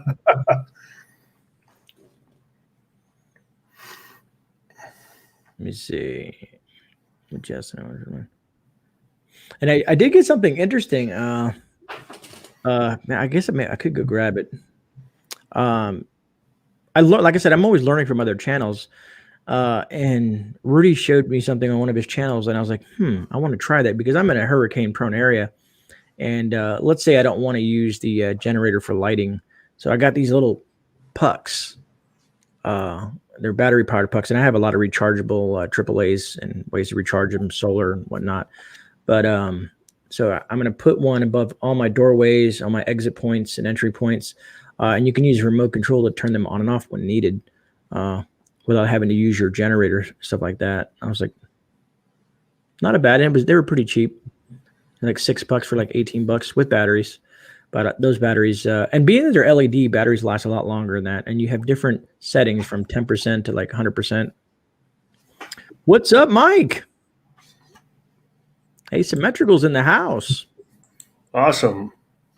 Guys, don't forget, we are streaming in 1080. So if you go down and if we are looking foggy, because I can tell you right now, Gray's picture is perfectly clear and so is mine.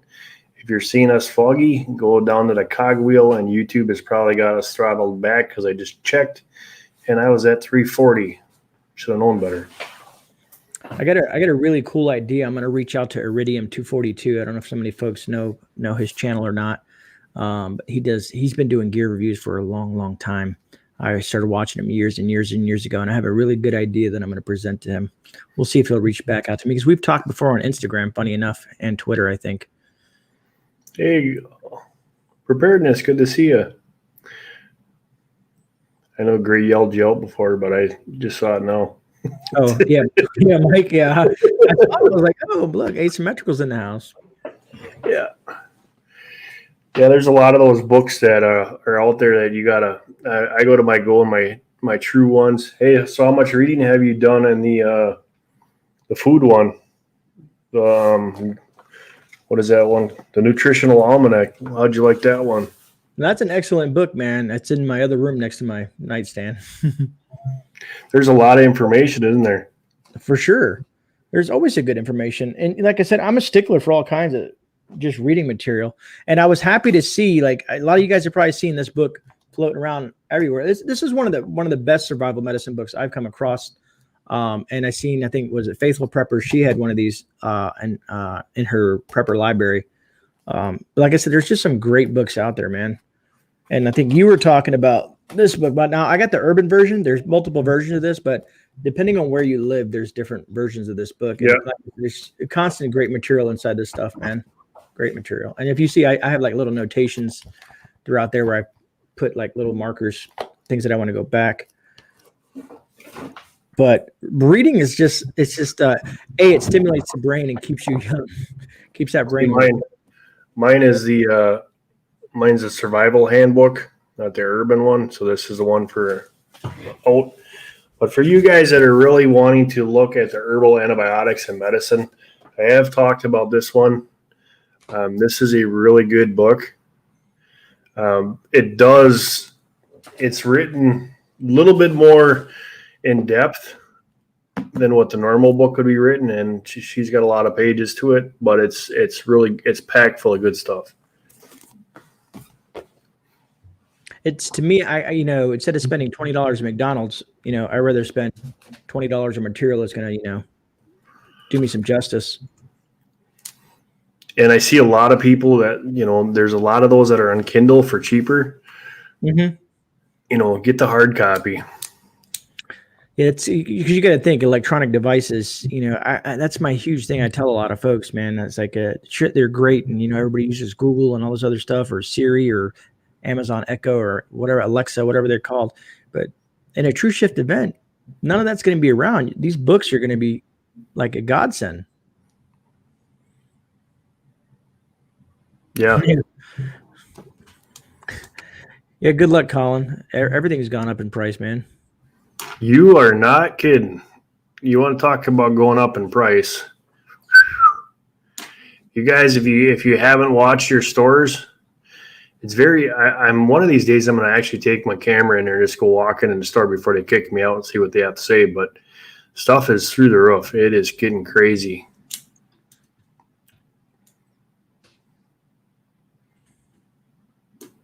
And the thing of it too, guys, is that Now, granted, I wouldn't do this unless I absolutely have to, but you know, the paperbacks are going to be worth so much for just the fact that if I need a page or I need something like that, you know, I got it. So the other one that was really good was, you got that rateable one next to you on your desk there? Which one are you talking about? The cert book or? Yeah, the cert book. Yeah, I got There it. you go. There's the other one, guys. That is FEMA's response, the cert. And it's another book that you should check into, and there's some good information in there. yeah, there's definitely a lot of great information in this book as well. And, you know, illustrations, you know, even simple stuff like sandbags, man. Like some people just don't know how to use sandbags unless you've been in the military or whatnot, and you've been taught right. But, you know, but it's not a fun thing. But then you could also, like I said, you could write stuff. Like I said, this is right in the rain. This is, which is, you know, you could pour water on it. You could be in a storm reading this stuff and it's pouring down on you. You can still, it's not going to destroy this little guy.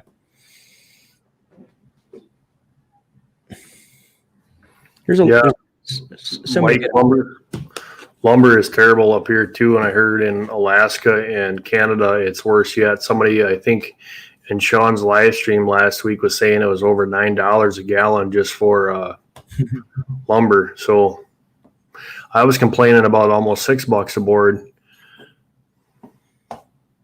Yeah, no, there's if any of you guys out there, I know most people aren't, but I have people that come into my shop that are, you know, what everybody probably knows what a meme is, right? They're like meme fanatics, and they're always showing me these memes. They was like, "Hey, did you see this?" I'm like, "No, I have not."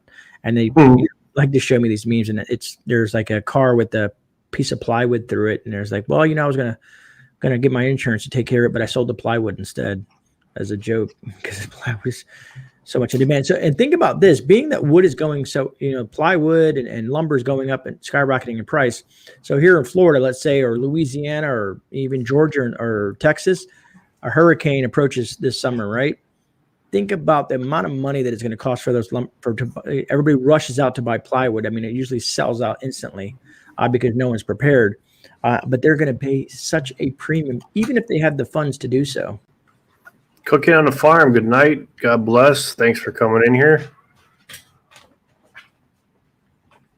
It's just, there's so much. It's just it's more of a, I call being prepared, or preparedness in general, it's a way of life. It's always just a good to have, to be prepared in some form or another, you know. And I'm always spreading the message at work. I have a lot of folks that come in and out of there. That's why I always have YouTube channels running. You know, I'll be running something, I'll be watching some sort of prepping or preparedness video or camping or anything, and people are like, "Oh, what's that?" And I'll go into description, and then they start talking to me, and then I kind of get them on the prepper mindset. Because I asked a lady today, she came in right before I closed the shop up. She was like, "What's that?" And prepping. She's like, "Oh, I watch prepping." I'm like, "Oh, really? What do you watch?" She says, "Oh, I'm currently watching that thing on Netflix." I'm like, "What's on Netflix?" She says, "Oh, the Doomsday Prepper." And I looked at her and I said, "Ma'am," I said, "that is the worst show that you should be watching." And I gave her a bunch of channels and information. She says, "Well, thank you so much," because I was intrigued, but it did seem a little wonky. And I said that you don't want to watch that content. You want to go to YouTube, check some of these channels out, and watch their content, and it's going to get you better prepared than watching Doomsday Preppers. Now, and think about it, guys. Come on. Are somebody going to literally go show you everything that they have in a prepper lifestyle, or their secret hideout that they have built? The other thing, too, guys, is that these people, you know, I used to sit there and yell at my TV when I used to watch it, because if you see these fresh air returns, okay, so these guys are underground and they got the pipe sticking up, hidden in the tree trunk for fresh air return. Okay. So what happens if I drop a CS gas canister down that? Or take some pepper spray and spray it in there? Oh, well, I got carbon filters. Okay, I take a trash bag and seal up your air vent. And I go wait by your door, because sooner or later you're going to come out.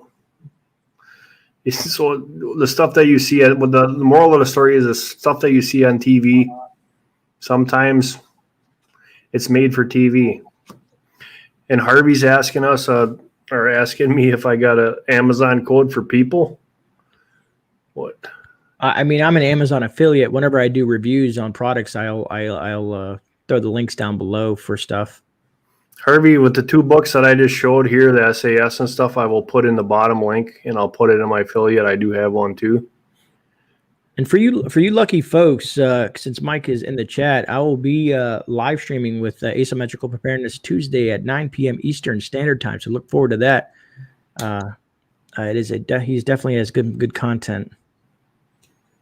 Absolutely. I got to work, so you guys usually are done before I get done with work. So yeah, I usually run it for about an hour and a half, depending on the guests and how long we spot. Like I said, me and Morgan, I think we went for about an hour and 20 minutes, hour and a half. We were just kind of chatting it up. here's the other thing too that I found out, Grey. If you can find somebody that you can truly trust, YouTube has the ability to make them a manager of your channel. Like Keto Homestead is manager of our channel. So if I have an issue pop up and I'm at work, I can say, hey, Jess, can you take care of that? It does come in handy. So that's just an option that's out there for you now. It seems to be pretty nice. They got different roles that you can give them. And, if it's changing a video up or changing a title or any of that other stuff. So it is a handy thing to have. What you got to show me, I haven't seen the option pop up yet, or maybe I just not looking in the right spot. Hold on, I just saw something. Daughter showing her boyfriend her dad's preps. Oh wow, fishes. TikTok's a nightmare. Anyways, so I want to do showcase channels like some of you folks do. Like specific channels. That I'm fond of. So I need to set that up on my account. Oh, you mean like my friends? Yeah, like instead of I usually hide all my subscriptions. You know what I mean? But I want to showcase specific channels that I like. Let's say if I want to put asymmetrical. Rolling Homestead, Alaska Prepper, stuff like that, and showcase those channels when people go to my channel, where they can kind of click through those that I'm showcasing. So right here in the bottom, guys, this is what he's talking about. Yes, is it shows the channels that you're showcasing as your friends. I used to change that about every other month to get people to more publicity, more or less. But that's what he's actually talking about. This is how you showcase your channel.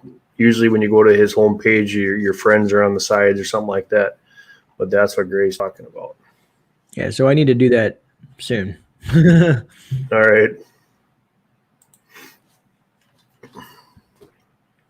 And then Mike, go ahead. No, I was going to say, Mike, if you're still in chat, I will be reaching out to you tomorrow via email.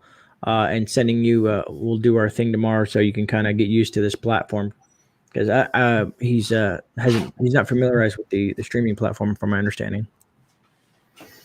Yeah, it's came a long way. That is really odd. My whole chat just erased and started over. On StreamYard or YouTube? On YouTube. That's odd. Let me see. You have a change your option from person to other option. So the last one I got is thanks, talk to you later, moon phase from Jess. That's the last one that I saw.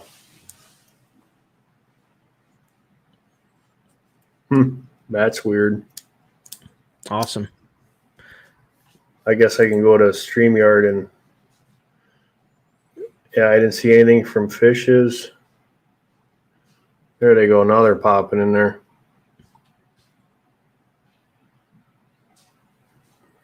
Weird. Yeah, once I get done doing my setting up my content for tomorrow, Mike, I'll email you and I'll set something up. It'll probably be towards the evening time. Okay, Moon. Is still fine in the chat. Oh, I thought Moonphase was saying something else. No, she's saying the EMP'd YouTube EMP'd Mark's chat. Yeah, right. I want that. You know what the beautiful thing about StreamYard is, though, and I learned this just the other day. I think it might have been when I was with when I had Mother Prepper on for as a guest. My computer can literally turn off, right? I can boot everything back up and log back into my StreamYard. As long as there's another person in chat, I can still log back into my StreamYard and keep that stream going. Because if you're using YouTube Live and that happens, the stream's done. Yep. So there's some benefits to using this type of platform. The other thing I like too is that I was not a huge StreamYard fan because they wasn't the 1080. I wanted that 1080 for streaming, stuff like that.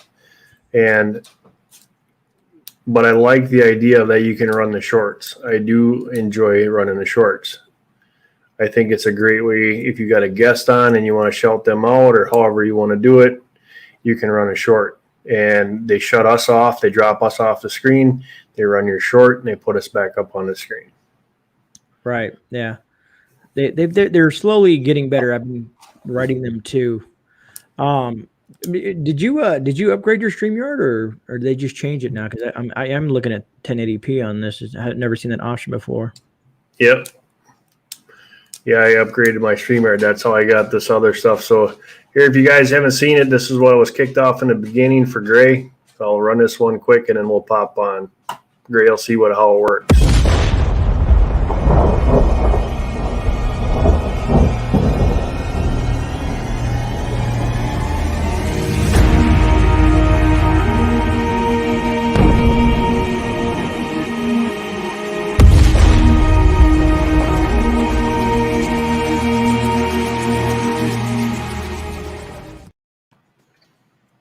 There you go. It's cool. I'm getting double action because of the delay. Yeah. Well, what's nice about the shorts is that you can have your everybody ready to go. It automatically mutes the mics so that you're not getting cross refurb in there. So there's the other things. And of course, I can teach you how to build the custom layovers. So like I said, me and Mark have talked about it. We just trying to find a day or the right platform. We have a lot of things planned, but we want to do stuff with tech, from StreamYard or streaming platforms. We want to do camera gear. We want to do editing videos, because I've had people email me, hey, Grey, how do you use this? Do you have ideas for software? What can I do? Mark gets the same thing, even from content creators that have been doing it for a while. Or some people just do it from their phone. There's stuff that you can use on your phone to edit and do videos as well. So we'd like to kind of do a tech panel. Here's a space one.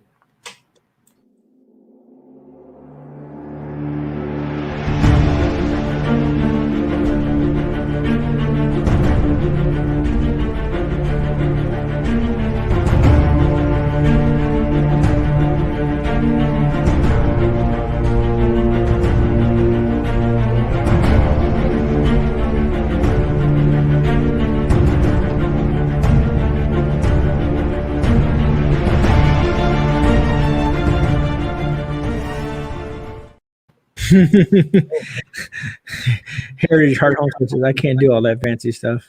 You'd be surprised what you can do. Yeah, like I said, if you guys noticed, whenever I do any of my live streams, I have an intro. It makes it seem more professional, and people seem to gravitate towards that. Plus, it's fun. It's fun to mess around with stuff like that. Yep, unless stuff don't work, then it's like, hey. Yeah. And I think that's where people have the issue at, is they put a lot of work into something, and it fails. I remember that picture of Mark. Yeah, because I think, let me see here. Because there's a lot. I don't know. I've got like 20 or so intros that I've made up just as backup intros in case I want to change. I'm never going to change my OG intro because people seem to really love that, and they know me by that intro. But like for the members only, I did a new intro for them. For giveaways, I have a new intro for that, just to kind of give people an idea of what I'm doing with that video. But the logo will never change. Yeah, I sat down today, mostly what I did today, and I've got probably 6 or 7 now that I've got saved up. Just shorts. And you got to remember, your shorts are under 30 seconds. Otherwise, they won't let them load up. I did find out, though, that 4K will not load up in it. That kind of sucks. Yeah. Like I said, hopefully eventually they'll get in the 4K thing. A lot, because the thing is like, I don't know if you ever looked at your analytics, Mark. I look at mine and it's like 83% watch me on their phone. So maybe that's the huge thing with it. Not well. Then you've got, because we've got 25% of the people watch it on their big screen on their TVs. Hmm. So, and I also got people that watch it on YouTube Prime. So, and thank you guys that do watch me on YouTube Prime. I appreciate that very much. And I'm glad you guys don't have to sit through the 20,000 ads that pop up now. So, but thank you for watching us on Prime. You see my little new rig, Mark? You were talking about it, but yeah, now I get to see it firsthand. Yeah, see, it might focus in on it. Let me see if I can get this. There we go. There you go. But yeah, it's the new rig, 4K and all. It's pretty. I'm impressed, man. And the audio is phenomenal on this thing. I've been doing run test on it, but like I said, this fits in my bag, my go bag, and I can go in the woods instead of logging a heavy ass camera. Solid little guy. And I think I showed you this part already, though. Where you have the tripod aspect, and then of course you can. I think we went through that whole thing. Mm-hmm. But great for making content as to take everywhere you go kind of thing. The only thing that the only thing I don't like is a cord in the back that drive me nuts. Oh, the little guy here. You can change him. There's another black cord that you can use. But with this, I like the way that they did it, so you can kind of pull that mic up and then attach the cord here, so that it makes sure it's not in frame or whatnot. So now, does your whisper stop the? It looks like it's like in the lens. Is it? They're just so. Right now, if you don't do this down and it's down this way, it will get into the lens. That's why you kind of want to secure it. Secure it back here. Okay. Believe it or not, it's surprisingly not in frame. But I mean, if it's windy, if not, you can always pull the dead cat off, right? And then just use the mic itself. I'm surprised you didn't send a foam one with it. Yeah, no, I was shocked. I'm shocked. I think I paid like $55 for the mic and the dead cat. Huh. I was pretty impressed. That thing is cute, like a little fuzzball on top. Yeah, funny enough, they call this a dead cat. And I told my daughter that. She's like, why? I said, because it looks like a dead cat. Squirrel tail. Yeah. But, I mean, you got hot shoe or cold shoe up here. You have cold shoe here.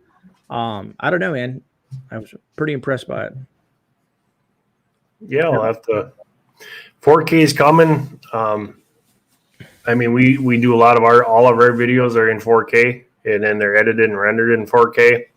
I'm just waiting for the live streaming platforms to catch up. So I do got one camera now that I can switch to 4K, which makes a huge difference. The one thing I don't like about them right now is that the view is huge. It literally takes up grade from one corner of my room to the other one. And it's big. That's cool. Bushcraft, it's honestly, man, for the price, don't waste your money on the GoPro 9 or something like that. This thing is comparable. The only thing the GoPro 9 has going for it is 8K, but who has an 8K TV? Who watches 8K? And the file size, the life of your battery, this does 4K. It's phenomenal. It's half the cost of a GoPro. So imagine what a 5-minute video in 4K. So you imagine a 15-minute video in 4K, and then you add 8K to that, so it's doubled. I mean, right now I'm running. I got 8 of external hard drive and 2 inside, so you got 8, 9. You got 10 terabyte of hard drive space. Can you imagine what an 8K videos? Your storage would be full in no time. You wouldn't know what to do with it. You'd have to be deleting your stuff. Yeah. There's like I said, 4K is great. I do a lot of my recording in 4K, but then I render it down to 1080p, which still gives me solid quality when I pump out the video. And you guys I don't know if we're talking, Greek to you folks about rendering and stuff like that. Because, I mean, we can get into color grading and color corrections, which even could take you out another rabbit hole. Yep. Then you got, ND filters, neutral densities, and there's a lot of stuff when it comes to filmmaking. MD filters, too. There's another rabbit hole you can go down and they get pretty expensive pretty quick. Yeah, I was actually shocked that the drone ND filters weren't that bad. Yeah, I think it's you can think what is it, the 16, the 9. There's a few of them. I bought a 4-pack for that one, for ND filters for that, and some 4-packs. Well, I can't let that cat out of the bag yet. I got something in the works coming. The USS Monty is coming. The USS Monty. But I know what it is. So if you guys actually watch his live streams, you guys will know what it is. yeah, it's an inside joke for now. But thinking about surprising Monty. I don't think he's in here, but guess what, Monty? Guess what? Finally arrived. I don't know if I'm hoping it'll arrive this week, but I'm gonna. You gonna make a sticker for it, or what are you gonna do? I was thinking about, because I don't want to change the weight too much. I was trying to get those little black letterings and put it down the side. You can, at work we got them ones that'll shoot out of a gun, and you can get labels, label makers. Mm-hmm. There you go. Just stick it on both sides. That wouldn't be overweight. I have a vlog camcorder. What kind of vlog camcorder is it? Is it like a Canon, or is it? I has a clue. Yeah, Zane knows. Zane does know. Yeah. But because I Mark, you have a camcorder, don't you? You got was it a Canon that you have? Used to. I got rid of it. Ah, okay. I had the new Canon's camcorder. It's a very nice camera. The hardware that they put in that camera was back probably, I want to say 10 or 15 years, which kind of shocked me that they did that. Why they would put the old style hardware in there with a brand new camera. Just didn't make sense. I wonder, because Harvey's talking about the CME thing, and I was wondering, because I noticed the further north you are, the more affected. Like I'm more closer towards the equator. I wonder how CMEs affect as they hit and where they hit. Yeah, I'm always curious about that. You know what I mean? I guess we'll find out. Because you figure that the ejection's coming, right, and it hits our atmosphere, and then it hits that spot, and then it kind of spreads. So it dissipates as it's moving around, depending on the strength and whatnot. Well, all I have is a phone, and it told me it was subpar. LOL. Someone told me, well, depending on the kind of phone you got. I mean, these monsters. I mean, I don't know if you're talking about a phone like that. I can't even get it to focus. Okay, you got another question in here. Q Kitchen wants you to explain the CME. So you still got that stuff up that Harvey sent you? No. Okay, well, Q Kitchen, more or less what it is in layman's terms, the sun takes a big old fart and it shoots out some of the plasma. Well, what that is, and where our atmosphere is, that's a CME. So in layman's terms, that's pretty much what it is. It happens all the time. It just so happens that these ones now are getting bigger and bigger. You get to research the solar minimum. We are approaching the peak, I think, towards 2025, I think is where we're peaking out at. Yeah. See you. Good night, Moon. God bless your rest. But there's a lot of things that, like I said, it's CMEs happen all the time. Some of them are more powerful than others. But if there's a strong enough CME, it'll knock out the power grid. And if you're familiar with the US's power grid, if the power grid ever does get knocked out, it'll probably be down for a couple of years. Because our transformers are custom built, custom made. They don't have them sitting on some dock somewhere. So if one of them big old transformers goes out, yeah, they're just like he said. It's and it's really funny because a lot of the engineers and a lot of people with big technical degrees that are way above my pay grade have told everybody in the U.S., hey, we're dealing with stuff from the 1800s here. We need to upgrade this stuff, and they don't want to do it. So this is a minor geomagnetic storm, G233, but the Earth's magnetic field is about 25% weaker and failing, so it may hit a bit harder, possibly power disruptions, and the aurora is in the higher altitudes. So I might be able to see the aurora, the northern lights. That'd be pretty cool. Heritage, you are correct. I like to be nice about it and just say a couple of years. It's not to freak anybody out. We'll be in the dark age pretty much. If you're not prepared. If you're prepared, you might be good to go. The niceties will be gone, but you'll be able to eat and survive. So pretty much what he's saying is if you're used to going and living off grid and being back in the 1800s, you're ready and set to go. If not, you got to get some stuff. We all should have learned, back in the day how to live. I always talk about it in other people's lifetimes. Live with the basics. Learn how to live by the basics, and don't be so tunnel visioned and your thoughts are in that box. You got to think outside the box, and I think that's what our ancestors did a lot. A lot of homesteaders back in the day, that's what they did. Is they were thinking without their box. What do I have on the homestead that I can use multiples of? In the military, it's called your tertiary, so it's your third. A lot of people don't know what tertiary is, but that means 3. So if you can have multiples of 3 at home, if not more, you should be pretty well safe. Well, this dog's crossing his legs. I'll be right back. Keep it going.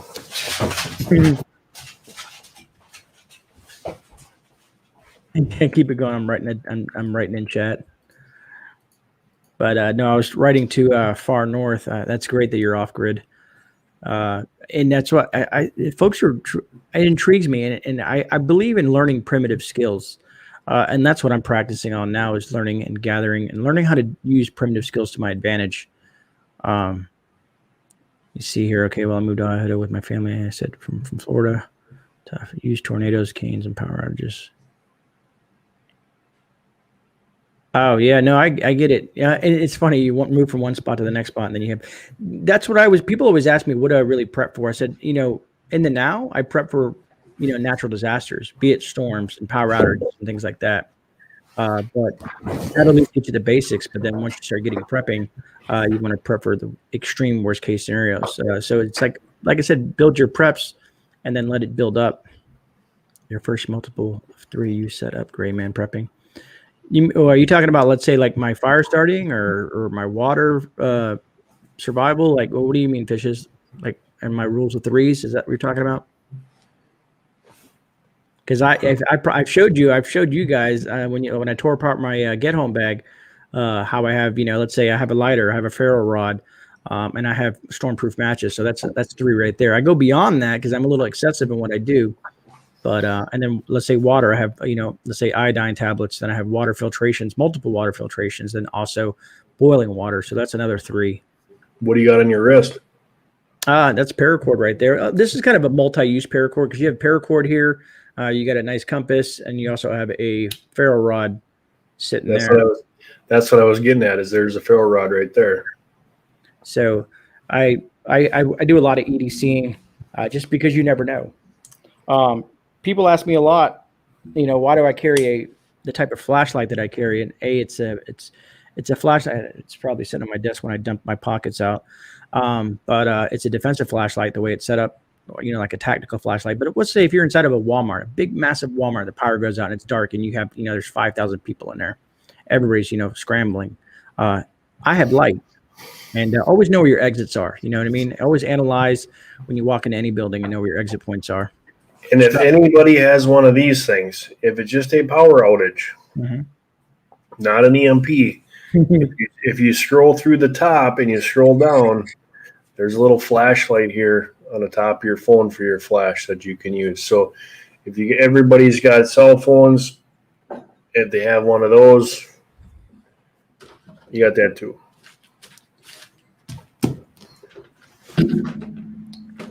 I can't find what I'm looking for, but yes, just consistent redundancies. Because even on my Leatherman, that's why I carry this one with me, because you can have multiple different Leathermans, but this one has the ferro rod right on the side as well. So, because fire can come in very handy, to keep you warm, to boil water, to cook food, for signaling. Fire is extremely important. Hey, Fox, I see that you're in there. How many feet was in that bracelet that you made me? That thing is massive. The other thing too, guys, if you guys don't know paracord has got an outer wrap, and on the inside it's got an inner wrap. There's anywhere from 8 to 12 strands, I think, is what's in there. And those inner strands are flammable. Correct. So, and you can do a lot of stuff with it. Yeah, good paracord will have like a fire starting material in there. It'll have the fishing line in there. Harvey Black, well, depending on the cell phone, it depends on the size of the milliamps of your battery and the brightness that you have your flashlight setting on. You can download a secondary app for a flashlight or for your light on your phone where you can control the dimness. Some phones have it built in for the light that's on here. And it's extremely small LED, but like I said, I think this is like a 50 or 5,000 milliamps. So once you do the math, you can kind of figure out that, or test it. Run a test on your phone. See, Fox made me one of them bracelets, and it had 300 feet of paracord on it. That's awesome. It's huge, but yeah, it's awesome. I mean, you think about it. I think most of those bracelets are, what are they, 18 feet? Roughly. So you get 300 feet, you can do a lot more stuff with it. That's kind of what I was thinking. And the first thing is that I got big wrists and big arms, so normal bracelets don't fit. And I'm just going to throw this out there, as they say. Oh, you said 30 feet. Okay, thanks. I was like 300 feet. Your last thing, that's a lot. Oh, 30 feet. Okay, I missed seeing it. Thanks, Fox. Yeah, Fox, just so you know, I do have a P.O. box down below on my videos, man. I got to go let the dog in. I'll see if I can find that thing. It's pretty cool. All right. Oh, yeah, thanks, Fishes. And power banks, creative redundancy, you're correct. I have solar power banks. I did a review on one that I was very impressed by, which has a flashlight built into it as well. So it's just and there's just so many things that you can get, and some of them are less costly than you would expect.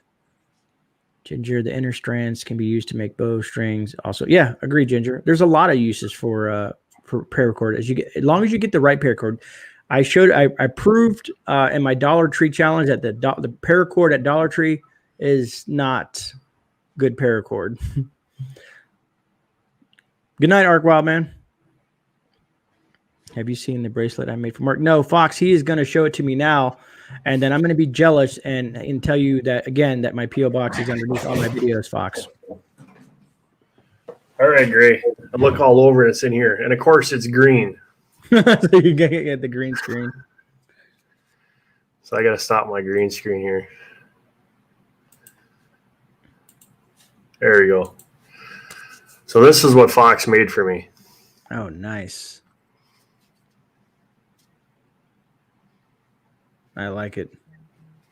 Like I said, it's what I like about it. It's huge. So, but 30 feet of paracord. That's pretty awesome. Whoops. There you go. All right, Colin. I got a new follower on Instagram. It is Colin from Kincaid Outdoors.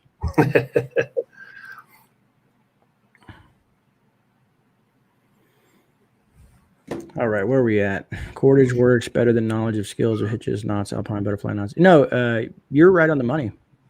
Creative redundancy. Do you have a channel? You've intrigued me. Yeah, he does. You have intrigued me, buddy. You seem pretty full of knowledge, and I like folks like that. Canadian, too. Canadian, eh? Canadian, eh? So who sells the right paracord? I missed it. There's live streams as well, huh? Yep. I think nowadays you can find cordage anywhere. 540 cord is probably the ones that I would look for. The stuff that Gray was talking about that has the fire starter, the fishing line is the inner parts of the paracord. The strands that are in there. Oh, he does. Said Canadian. I can't see chat. I'm kind of scrambling through his content real quick. He does a lot of late night live streams. Yeah.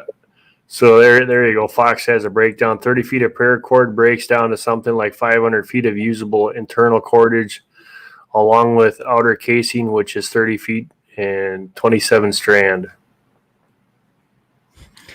It looks like Creative Redundancy has like one of his videos. He has like, it looks like he has 1, 2, 3 or 4 paracord bracelets on. I'm gonna give you a follow, brother. And I think I got like my neck knife has paracord on it. My ferro rod's got paracord on it. The thing that was shocking for me, Gray, I actually had to have Fox send me up because we were going on our winter survival challenge. I cannot buy bank line up here. Oh, really? Really? So Fox sent me a bunch of bank line up there. I could not get it anywhere. Zane, I did. I'm jealous, Zane. Enough said. That's funny. All right, guys, we've been on for about 2 hours. I know Gray had a rough night during the day and gets home, and I yank him up here right away. I want to thank everybody so much for coming on here, and as always, Gray, thank you for joining me. It's always a blast. Guys, don't forget to go and check out Gray's channel because he goes live. And Tuesday, you have Mike from Asymmetrical Preparedness on there. So that should be a very, very interesting. Oh, I got you, Zane. I'm just messing with you. Yeah, I do, Cliff. Yeah, the fuzzy caterpillar. But he's that should be a good live stream. And then Thursdays is the one where I jump on later on after I get home from work. So, yeah, sorry, go ahead, Mark. No, go ahead. I was going to say Tuesdays at 9 p.m. Eastern Standard Time and Thursdays at 10:30 p.m. Eastern Standard Time.